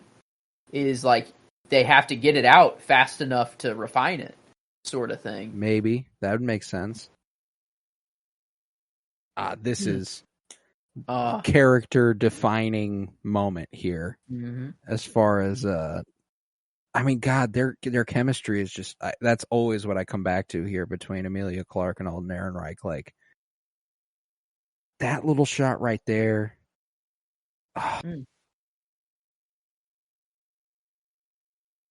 Hard to not go with that line. You are the good guy. That's the line of the movie. I mean, this. I mean, if there is a line in the movie, that's it. I just ended up going. Oh, it already passed. I'm sorry, L3. I don't know when it was. Yeah, we were talking through it. But just a good old classic.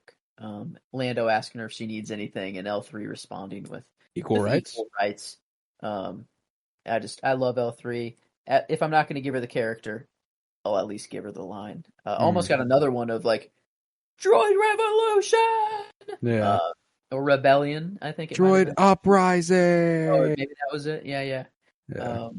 But I got the love spread, I feel. That shot is so hard.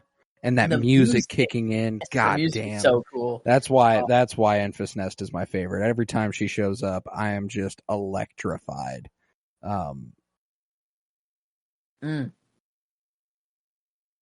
There it is. That's Classic hard. Western shot there too. Yes. Yeah. It's like Mad Max Darth Vader. A little bit, yeah. Yep, there's the it goes bad, then it goes good, then it goes bad, then it goes good. It's the rest of this movie. It goes bad, then it goes good, then it goes bad, then it goes good. That's how this movie ends. He's so confident right now too, and Lando's like, it's like Lando had a comm and was listening, and he's like, "This is how I get back at Han," like this is right when he says this guy. shit. See you later. God, I love that character design. Sorry, do your thing. He's not the veteran yet, He's still learning. He's gotta make these mistakes so that he is the Han we know. And whenever he tells Jabba, "Oh, I'll triple your money," or what, or whatever, Yeah. how he gets out of everything. Um,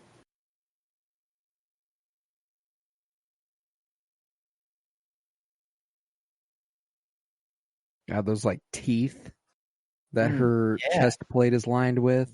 Yeah. And the reveal that she's a little more than a 16, 17-year-old girl. Yeah. Damn. Erin Kellyman has very quickly, in recent years, become one of my favorite actresses working.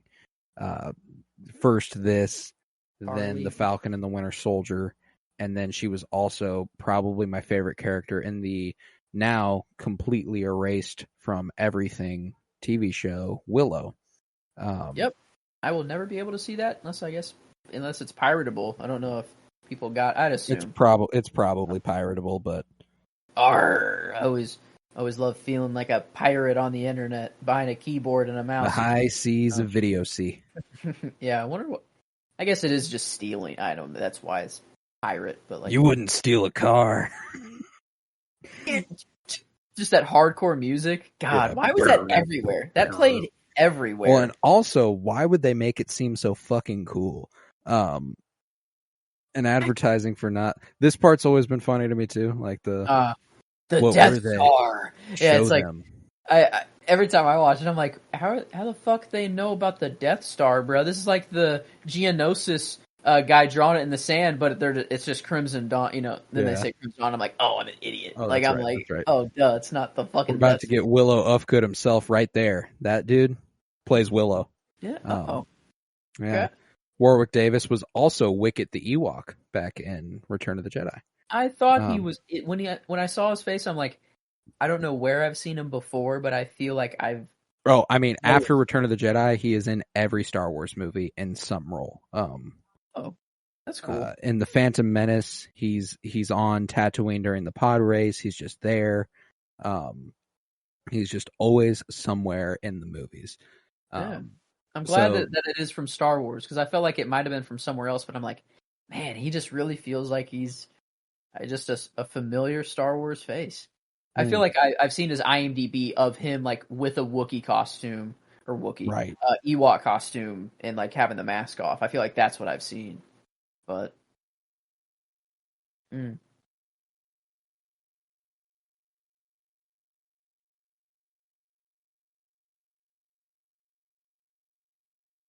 Yeah, man. I love me some. Well, Woody Harrelson does, or Woody Harrelson, Beckett does, like, it makes sense for his character, but, like, I'm just, like, god damn, like, this was your out, Well, there was a whole interaction earlier in the movie that was so fucking obviously foreshadowing him being a bad guy, where he's like, people will always show you who they really are. You can't trust anybody. Everybody's predictable. And he delivers like 4 lines back to back to back to back that are just like, that is obviously going to be a callback eventually. They will obviously call back to that. And then it's not just a callback. They literally reference it, which is one of those things that, like, writing wise, like that whole, there's that classic meme. I know writers who use subtext and they're all cowards. This is not a subtle film, and a movie doesn't have to be subtle to be good, but it doesn't hurt. That's kind of weird. The little touch on the face just reminded me of him touching Kylo. Oh yeah. Because, like, I mean, honestly, this is like kind of the only father figure he's like, because I guess I don't say his dad. Like he said, his dad worked on like making the Falcon, but like, did he die young or leave, or like, why was he? Canonically, I am not exactly sure what happened with Han's dad. I feel like they said like, it was in the cockpit, I think, whenever he was walking in, like Lando, like, hey, what about your dad, or what, whatever. Because then I remember Lando saying, oh, my dad, out of the picture, but my mom, that's the most wonderful human being there is in the entire galaxy, or something, something like that. But I think Han might have said something more about his dad other than him working on the Falcon. I didn't catch it. I'm not sure.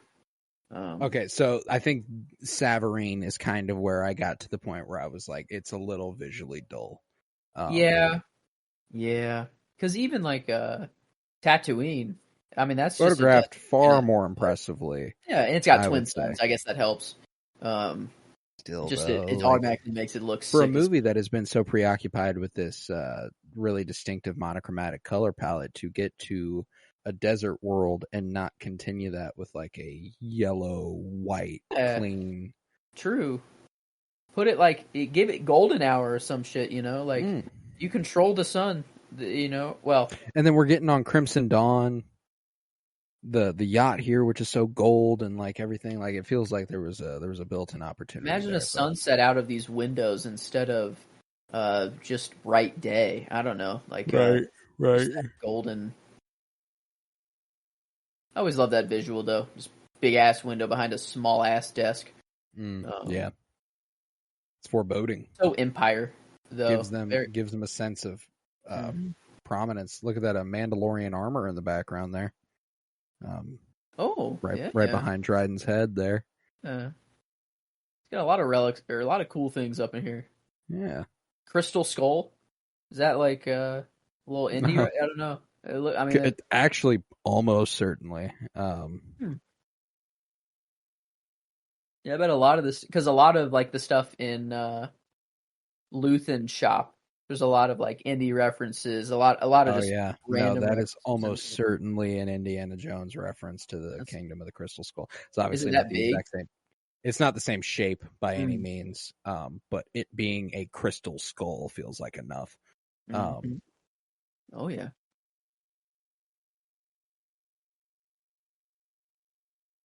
See, and I think this is the scene where Paul Bettany really, really shines as Dryden Voss. This sort of possessive, gaslighting piece of shit. Whereas, like, there's something so unpredictable and volatile about him that feels much more cool than the like just outwardly threatening thing he was doing. But the like, I know what's really happening, and I don't like it, and fuck you, and I like it's just all. Yeah, it's a cool shot. Little showing us the blaster there. That's a cool shot. And then imagine how much money you think just that one little flat. Yeah, one is worth there. That's God, I don't even fucking know. Like he doesn't know Han. Like I mean, he literally deals in this shit all the time. I'm pretty sure he knows it's explosive. Come on, dude. Very explosive stuff. I never ask for anything twice, Han. God, I love Star Wars effects, the Star Wars stuff. This I want it. I don't even know what it would be, but I want it. I'd take one. I like a big ass version of it. It's a corner lamp. A corner lamp. Yes, it's a lamp. That'd be a sick ass lamp. It could be a desk lamp even. At that size, it could be a desk lamp. It could be. I would like a big ass version of it though, and then actually have the like Corellium in the middle somehow. I don't know how they did that, but it looks really cool. Yeah. Yeah, I love how he's like, wow, it looks so real. Yeah, I love the way that Han immediately looks at Kira and is like, yo, what the fuck? That's the best line delivery Paul Bettany has the entire movie. No, not Kira. Not Kira. And it's just like, it's the most authentic it feels. And this is, it's fine. I think it's a funny, corny reveal, and that's okay. Will you please come in here? Yeah. The amount of like, twists that go on double crossing. Yeah. Oh my god, it's so awesome. It's classic heist film stuff. Like just when you thought it's over, nope. They've been double crossed, but wait, they double crossed a double crosser. One more thing. Yeah. So yeah, if there's I think that the movie like the story of it, and I think that in a lot of the character work, I think it's written pretty well, but there are some obvious moments where writing wise it's not as strong as some of Star Wars's counterparts. Yeah. You know, Yeah. like there are different things that different Star Wars movies are strong with as far as writing is concerned. Where, you know, in the original trilogy and the prequel trilogy, it's more the grand scope of the narrative that we end up tying all together. The sequel trilogy, I think, does just some outstanding character work along with Solo here. I think it does some wonderful character work and has a great general story surrounding it. Yeah, I guess usually the main Star Wars movies, dude, just the scars are just so cool. Like whenever he gets mad, like it's like almost like gills like a fish. Yeah. But Well, and scarred. it's frightening, you know, like Yeah. if you are as close to his face as Kira is there and his eyes turn red and Because he, you know he's angry. Like you obviously can tell when someone is just angry normally, but like you really know when he's mad. You know, like it's a very obvious. and then calms down. Damn. Yeah, I'd want to see them fight actually, and what they're trained with. All the they can beat a. I don't know. So like those guards, you think beat force sensitive suit? You think they're trained in the ways of? No, I'd be willing to bet there's a, you know, it's your certain proteges. You kind of continue the lessons of Taras Kasi. Fair. Yeah, Aemon. How about that? Oh. Okay. Little. Wonderful. God, I love Enfys Nest. This group of marauders is so badass, all being displaced and oppressed by the syndicate or the 5 syndicates, and for them specifically the Crimson Dawn, and to, you know, steal from the rich, give to the poor, take from, like, this Robin Hood ass marauding team. That's so fucking cool. Come on. No, it's perfect. I love him here. This is one of the best character moments for Tobias Beckett as well. You know, I'm thinking, and I prefer to be the only one with a blaster in my hand while I think.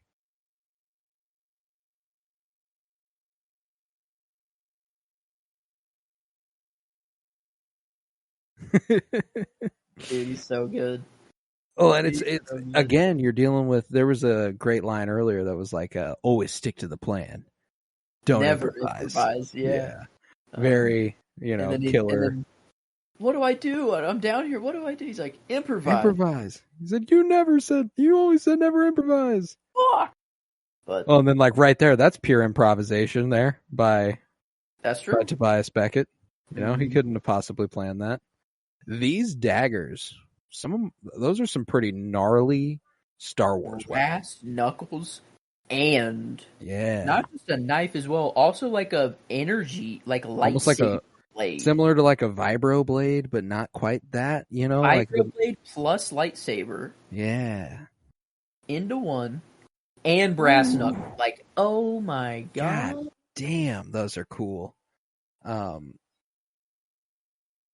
And gotta be just extraordinarily difficult to defend against in a close combat situation. Like, all you can do is exactly what Han's run doing. away. Yeah, just dodge. Lucky as shit. Lucky as shit. You know, like, he just keeps getting so fucking lucky. And I love that that's like part of Han's whole thing, is that he just happens to get away with stuff.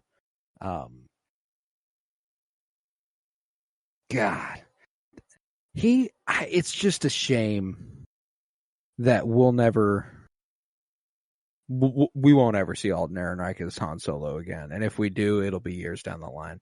There was an interview recently. It was did you see the behind the scenes Oppenheimer clip where Alden Ehrenreich is sitting with a interviewer, and they were like, what's it like being in a movie and a production like this with such a massive cast? And he's like, it's such an honor and a privilege to be a part of. It feels so important, and I feel like the work I'm doing matters. And he takes a pause and he starts to laugh and he goes, it feels so fucking good not to have to lie about this shit.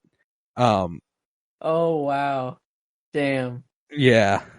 Huh. So continuing the tradition of actors for Han Solo who do not like being in Star Wars. He's a perfect Han. He's the perfect successor. Wow. And obviously this movie went through production hell, so it was not a pleasure to work on. It was not fun, like it's not particularly because of the story and because of the result of the movie and because of that, but like it was just terrible working for Lucasfilm and Disney. But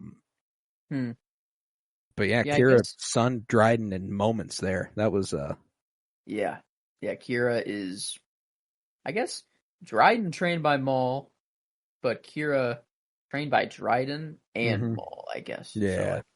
So, doubled up, tripled up.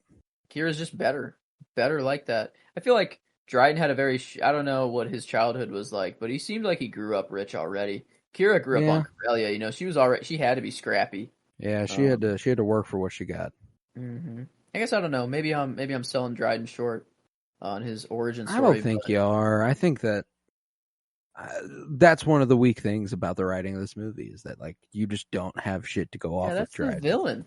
That's the villain of this movie, pretty much. I mean, in every Star Wars movie, it's always good versus evil. Like that's like always the bigger story that's going on. Oh, what a shot there too! The reflection. Yeah, the reflection. Yeah, I'm glad you caught that too. That's a good looking. Nice.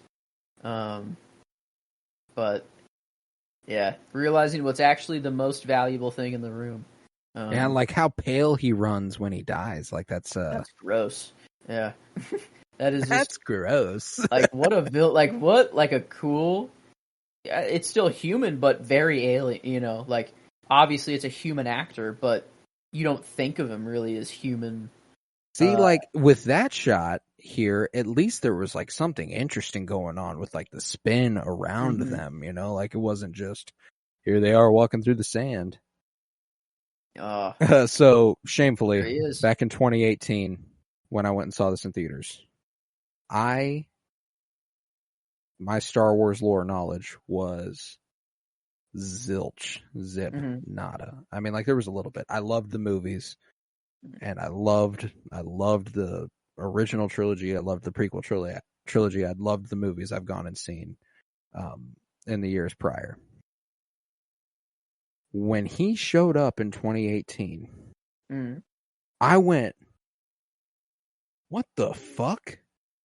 I was like, this man got cut in fucking half. Like me and Tavares looked at each other and we're like, what the fuck? I'm pretty sure I was confused as hell. I probably thought like, wait, what? And when is this? Like, God, look at those eyes there. There's going to be a shot here when he ignites his lightsaber. The way it reflects off of Kira. Oh, dude. This right here.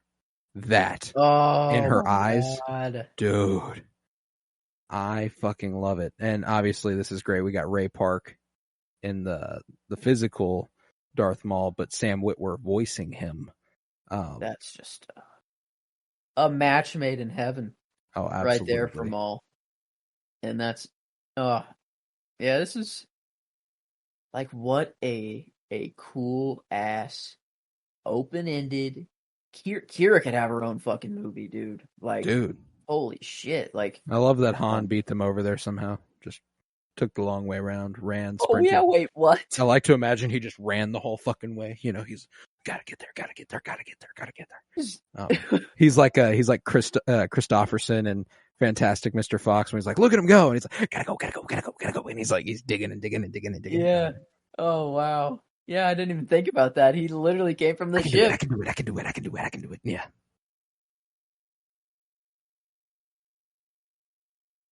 God. This is the crucial turning point for that character of Han Solo. Han shot first, He's been hardened. He doesn't trust him, but he still cares, That right there. I've got chills just like with this character moment where he runs up to him and he's clearly distraught that he had to make that move, and he knew he had to make that move. Yeah, it was either him, one of them's going there.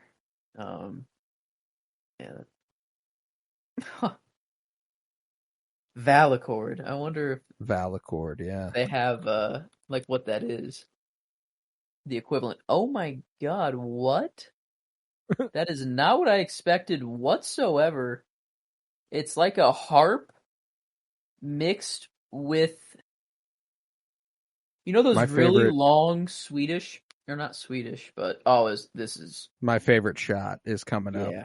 Oh, Um, this is your favorite shot? I'm Okay. declaring my favorite shot here, and it's when they cut back up right here. It's the isolation of Kira and the front-facing lighting. We've seen her true face, Ooh, and it's sorrowful, look at and it's that. sad, and she wants what she can't have, but she knows what she must do almost, and it's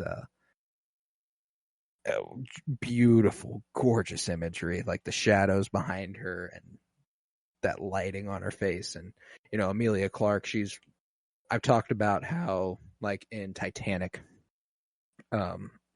James Cameron photographs Rose like she's the most beautiful person who ever lived, and in Casablanca, Ingrid Bergman looks so deeply important. Like, that is what cinema is.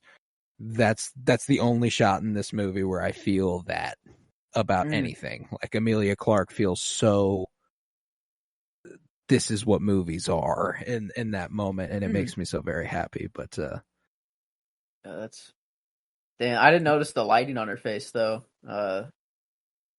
Like the shadow, like how it is very lonesome. It's very, right there. Oh yeah, yeah, like it is. And we got our hero, man. I love. He is helping. That is a very valuable speeder right there. 60 million credits. 60 million. And 600 to 800 was enough to get you set. Yeah. Like, or off the planet and wherever you wanted to go. Mm-hmm. And pretty much set. 600 to 800. And that's 60 million? Yeah. Damn. And that little moment there, I want Enfys Nest to show up again, man. Like, give Erin Kellyman a job, bro. I need her around. Damn. Not one for Chewie too, not one for each of them? I don't know. They roll together now. They roll deep. Fair enough. That's the homies. But like, that's all you can spare? Like, what he had to go through? They give them that so they can go buy a ship, but he's like, nah, I got a better idea. I can win a ship. Yeah, this is my other line. How much you know about Airtine's celestial bodies, because I happen to be something of an authority. God damn, he's smooth. And this is that other outfit, that you're just like, God damn, that necklace he's wearing. Yellow is his color. Oh, he looks good, man.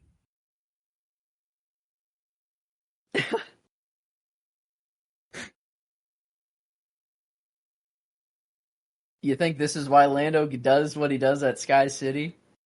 I think Sky City, Cloud City, he has a little bit more he has more reason.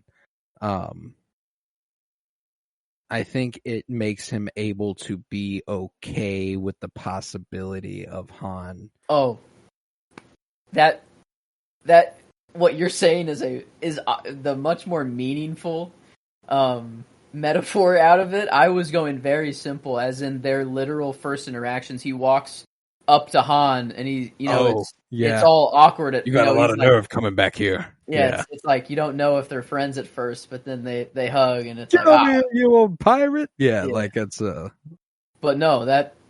Hello, what have we here? You're right, and like Lando in Empire is like that is his like learning to not be so self-absorbed and like do the right thing, and he can't really go on that journey yet. Like it has to be. Well, it's also funny that we start this movie and he's already quote unquote retired. Yeah, and we see.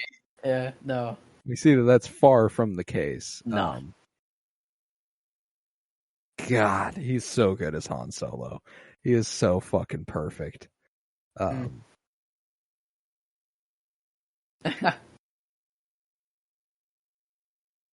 only you'd had this green Psylop.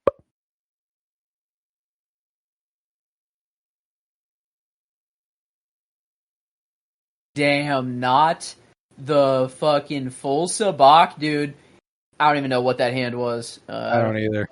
Yeah. I wish I understood Sabacc. I want to. That's the card game I want to play, you I know? wonder if it exists. Oh, it does. We could play Sabacc. Like, there's No. Star Wars fans who love Sabacc so much they've made their own cards and they've basically created Sabacc. Because there is like an official rule book from old Star Wars lore and Wow.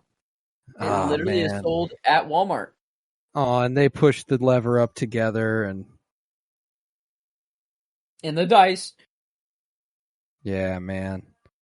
God, Dude. and there we have another wonderful conclusion to another wonderful Star Wars movie. Perfectly. Credits rolling at 1 a.m. here. That's perfectly. On the dot. Midnight right at the George Lucas scene, your favorite scene, and 1 o'clock right at the very, very end there. Love that. But yeah, this is a cool writing team there with Lawrence and Jonathan Kasdan, father and son there. Lawrence was the writer on Empire Strikes Back and Return of the Jedi. So his son Jonathan Kasdan joining him to write this, and then going on to write Willow, the TV show that you can't find anywhere now that had, you know, Aaron Kellyman and Warwick Davis, and Ron Howard directed the original, so a lot in common with that Willow sort of thing going on there in this one. But man, that might have been my favorite watch of this movie ever. It's only getting better is the thing. It has only gotten better every time I've watched it. And that, I don't know. I don't think it changed that time. It did only get better. It is like I don't know, like Rogue One, I feel like is more of like a fine wine. That movie is just incredible, in every way. But this surprise, I don't know. I kind of came off my last watch being like it is a lower tier than Rogue One. You know, it's not as critically up there. But this time, I don't know. I noticed the visuals a little more. No, man, like I come away from this one wildly satisfied, you know. I had a great fucking time, and when it comes to a rating for this bad boy, yeah, you know, it's always hard with Star Wars to separate, you know, 10, yeah. Well, and obviously, I think that now with our modern day rating scale, we're probably just doing enjoyment and critical. As it has evolved. Same weight, I'm assuming. Yeah. Let's throw that weight on there. Throw that weight on there. All right, got it all set up, ready to go. I think let's see. Back to Rogue One, we did give it a 10 on the enjoyment. Yeah, I mean, that one kind of is a true 10, though. I mean, it is like one of my favorite Star Wars movies. I mean, that makes me fucking cry. That makes me feel so deeply. And not to say that, like, the only reason this one doesn't make me cry this watch is because we're recording a podcast. I'm a sucker for. Oh, I cried. I cried last night. Was it last night? I feel like that was last night. When I did watch it before. Yeah, my Letterboxd looks funny right now. My recent activity is Solo, and then a couple other movies. It's back to back there. Let's see. I wonder, to compare to some other. Let's see, what would be probably the director's spotlight or comic book movies? What do we probably comic book movies, if we're being for real, as far as the comparisons are concerned. In enjoyment, because my gut, when it comes to Star Wars, man, I'm having like floor enjoyment wise. If I'm being for real, 9.5. Yeah.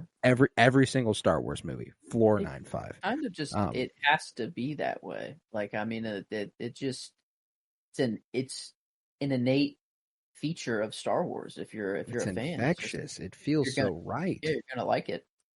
9.5 is Superman, the original. 9.75 would be Spider-Man 1, and 10 would be Dark Knight. That is all we have at 9.5. I mean, yeah, 9.25. That's Batman Begins and V for Vendetta, and undoubtedly higher than that is above that. Yeah, even I'd say this is this the what is the bottom Star Wars movie out of every single one. Is it Attack of the Clones? Even then, I don't know. There's not really one standout that is clearly the bottom. Yeah, for Like, me, but like that's my thing is that they are all floor 9.5, which makes it so incredibly difficult to compare them to other things. You yeah, know, they're in just a league of their own. Like, and I wonder, if I could truly have this third, perspective or like outside perspective, not be a Star Wars fan as long as I have been, and not have this nostalgia and all of these things well, firing if that's the like I thing is feel that there's not a I guess like I did see this in theaters 5 years ago. I was in high school. You know, like it's a special time for Star Wars fandom at that point. You know, like we're getting movies every year, and it's a big there is a degree of nostalgia involved there, but Mm. it's a much shorter relationship to this movie than I've had with the PT and the OT. You know, like it's just That's a true. different ball game. Yeah, I guess most of the nostalgia is like coming from the origins that we're seeing and here, Mhm. like showing us what would come later and stuff like that in the Right, in the right. OT Yeah, later. you know, if I'm being for real with myself, Mm. I'm going 9.75. I'm going 9.75. That's how I feel about this movie. I love, love, love watching it, and these last couple watches only made that more evident. Specifically, this live commentary rewatch also reminded me how much I fucking love doing live commentaries. First live commentary in a year. I don't think we've done one since Rogue One. I don't think so. I think that was the last time we have done it. Yeah, it's very very It's a easy. fun way to watch a Sit movie, back, man. yeah, sit back, watch a movie, chill, talk about the best shit. It was nice having the little bit of preparation beforehand as well. Yeah, I think that is how I'm going to approach live commentaries from now on, is watching the Mhm. movie and then talking about it as we watch it. But Yeah. yeah, if I'm being for real, I'm going 9.75 enjoyment. That feels right to me. Alright. That feels good. Star Wars, That's and honestly, most Star Wars is just build big weapon, bad empire, we have to defeat them. And I love that. I mean, that's obviously, mm-hmm. I love that. But this, I don't know, it kind of gives you something a little more. It's like we obviously know there is an evil. It's kind of the empire. It's Crimson Dawn. It's this extension of the empire. Yeah, the And Crimson Dawn is given the ability to thrive because of the Empire's reign, you know? Like mhm, it's responsible for it. yeah. Um Oh,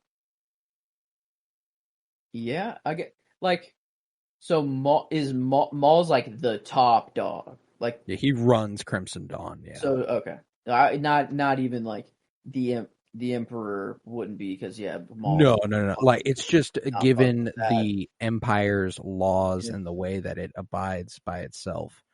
Wow. Organized crime is able to thrive in a way Yeah, that it wasn't able to under the Republic. I see.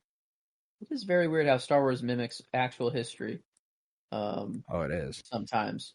And Um, I just love that even in this movie where it is about the crime syndicate, it's obviously still going to get that anti-imperialist streak in there, and I absolutely adore it. It was ah, reflected in my favorite line, you know, their planet, we're the mhm, hostiles. yeah, Just yeah. I feel gets like it.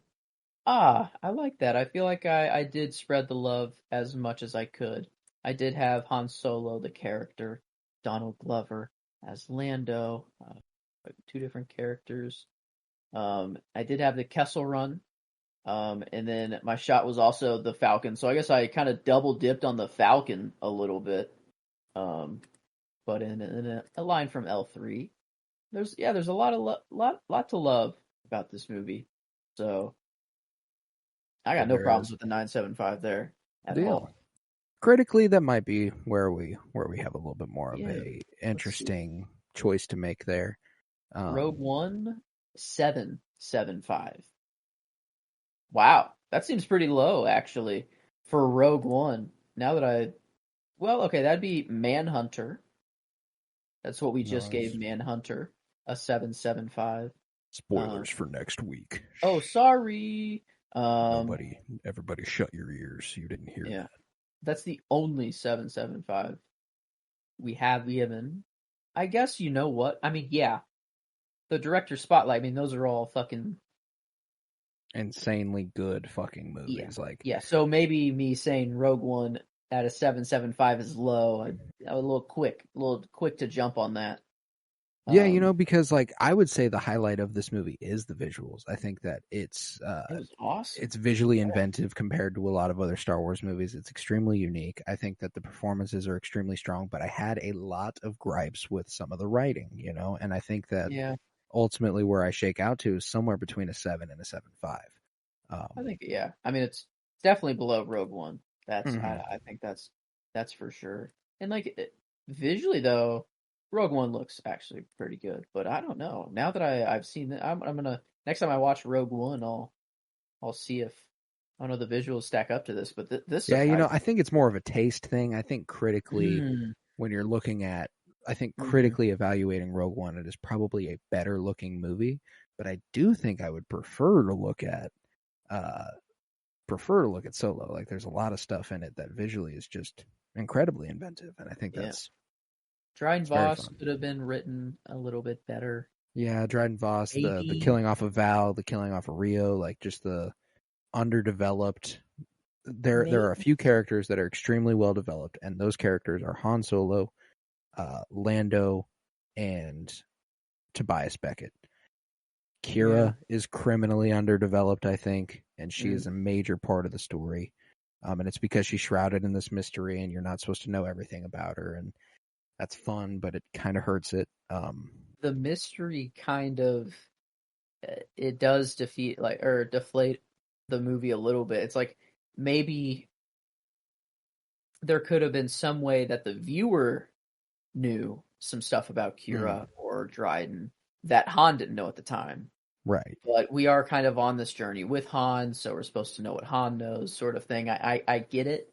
I get like why they went with what and it makes the ending much more of a crime, like the double agents, all the shit that's going on. It just pops off at the end, and like then you see Darth Maul, and you're like, holy shit! You're like, what the fuck? So the more I talk about it, I think 7.25 is probably fair. I mean, in the middle there, I think. I do like that. Man, I'm not usually at this angle. Cannot see my keyboard whatsoever. But there we go. It would average out to an 8.08, I believe. Did I do times 2 to the right one? I did. Okay, I did. So yes, an 8.08 or an 81%, where Rogue One, well, it came out to a 995 or 955, but that was with a 10 in the genre as well. If we do it under the new and improved rating system, it'd be an 8.5 overall. So I think almost a half point higher than Solo. I think that is fair. Yeah, I dig that. An 81. What does good old IMDb have to say about this? They give it a 6.9. Nice. Yeah. Unfair, methinks. I believe that Letterboxd is also sub 3, so 2.9. Oh, please. Yeah, I don't agree with that. Which would be a 5.8 on a 10-point scale. Wow, this ties The Last Jedi on IMDb. At least they both have 6.9s. See, that's why you can't trust user ratings. The Last Jedi is a fucking. It is just user bombing. Yep, 7.4% of the votes on The Last Jedi are ones. So now that's a live commentary I'm so fucking excited for. Is The Last Jedi. When we get to the sequels, that's gonna be. Oh, dude, I fucking love them. But hopefully we can get the ball rolling with the series of Star Wars live commentaries sooner than later. These are fun. These are indeed fun. Maybe no need for tradition to bring them out. The tradition is nice. I do enjoy. The tradition is nice, and perhaps we could open it up to other movies we're thankful for, as well. If we wanted to do a Star Wars series, Yeah, we could do that, and then we could also, open it up to Indiana Jones, Raiders of the Lost Ark, that sort of stuff. Just I think the spirit of it should remain the same. It shouldn't be like, well, we're going to do a live commentary of Parasite Fight today, Club. you know. Yeah, You know? yeah, it just wouldn't feel the same. It has to be a Yeah. movie kind of like. Yeah, you know, it's something that makes me happy. It's something that makes me excited. It's What do you think about a live commentary of Zack Snyder's Justice League sitting down for 4 hours? We'd have to have an intermission, like for real. yeah, that sounds Yeah. like a nightmare. Yeah, actually talking for that long too. Because that's the other thing too, is that like it's got to be a movie that I feel comfortable talking about the entire time. True. And Star Wars, I know I'm capable of that. You know, yeah. like that's yeah, something that without will a doubt. never be a problem Star Wars wise. The Batman, probably the longest possible movie I could do a live commentary on the whole time. I could do the Batman. Oh my god. Slight Batman side note, I think I was watching it the other day. I'm pretty sure a very early shot in the movie, you see the window of the Riddler's apartment. He is in there lining up like the sniper, like looking, like making sure everything's lining up. But you don't know it's him. It's just a silhouette of the apartment, I think.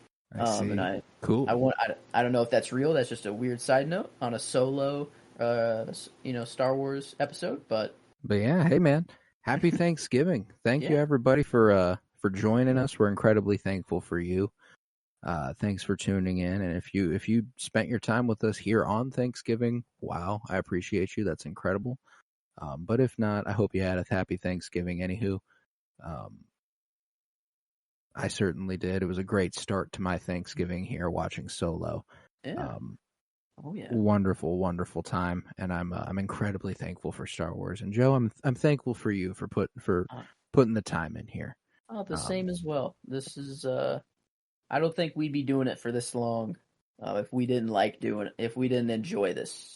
Yeah. This is the third year of live. It's been 3 live comms, 3 years. I guess the release of one was a little different, but one was yeah, I didn't remember. I knew there was definitely last year. I remembered Rogue One. I didn't know that we actually recorded the Star Wars one on Thanksgiving, and then just it's just carried over. Yeah, that's how ahead we were. I think it actually was that kind came of out in like February. Way, it came out in like the middle of February. Yeah, and we recorded that on Thanksgiving. It was Thanksgiving, and we're like, "Wow, Star Wars time! This won't come out until whatever." But fuck it, let's do it. And it started a tradition, lo and behold. Yes, it did. Yeah. Yes, it did, and I'm incredibly thankful for it for that. But I feel like we just recorded the Rogue One live commentary, so maybe another year will come and go, and it'll be astonishingly quick. But whatever next year may hold, we shall see. We'll see what we do for Thanksgiving 2024.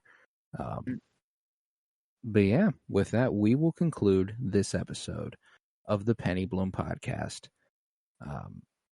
If you would, head to patreon.com/pennybloom-pod, where you'll find over 50 hours of exclusive content, all sorts of book reviews, movie reviews, comic book reviews, and the like. For $3 a month, you could support this podcast financially, which is huge because it costs me money, and I don't make any off of it unless it's over there. Head to Twitter and Letterboxd @PennyBloomPod. Follow on Instagram @PennyBloomPodcast.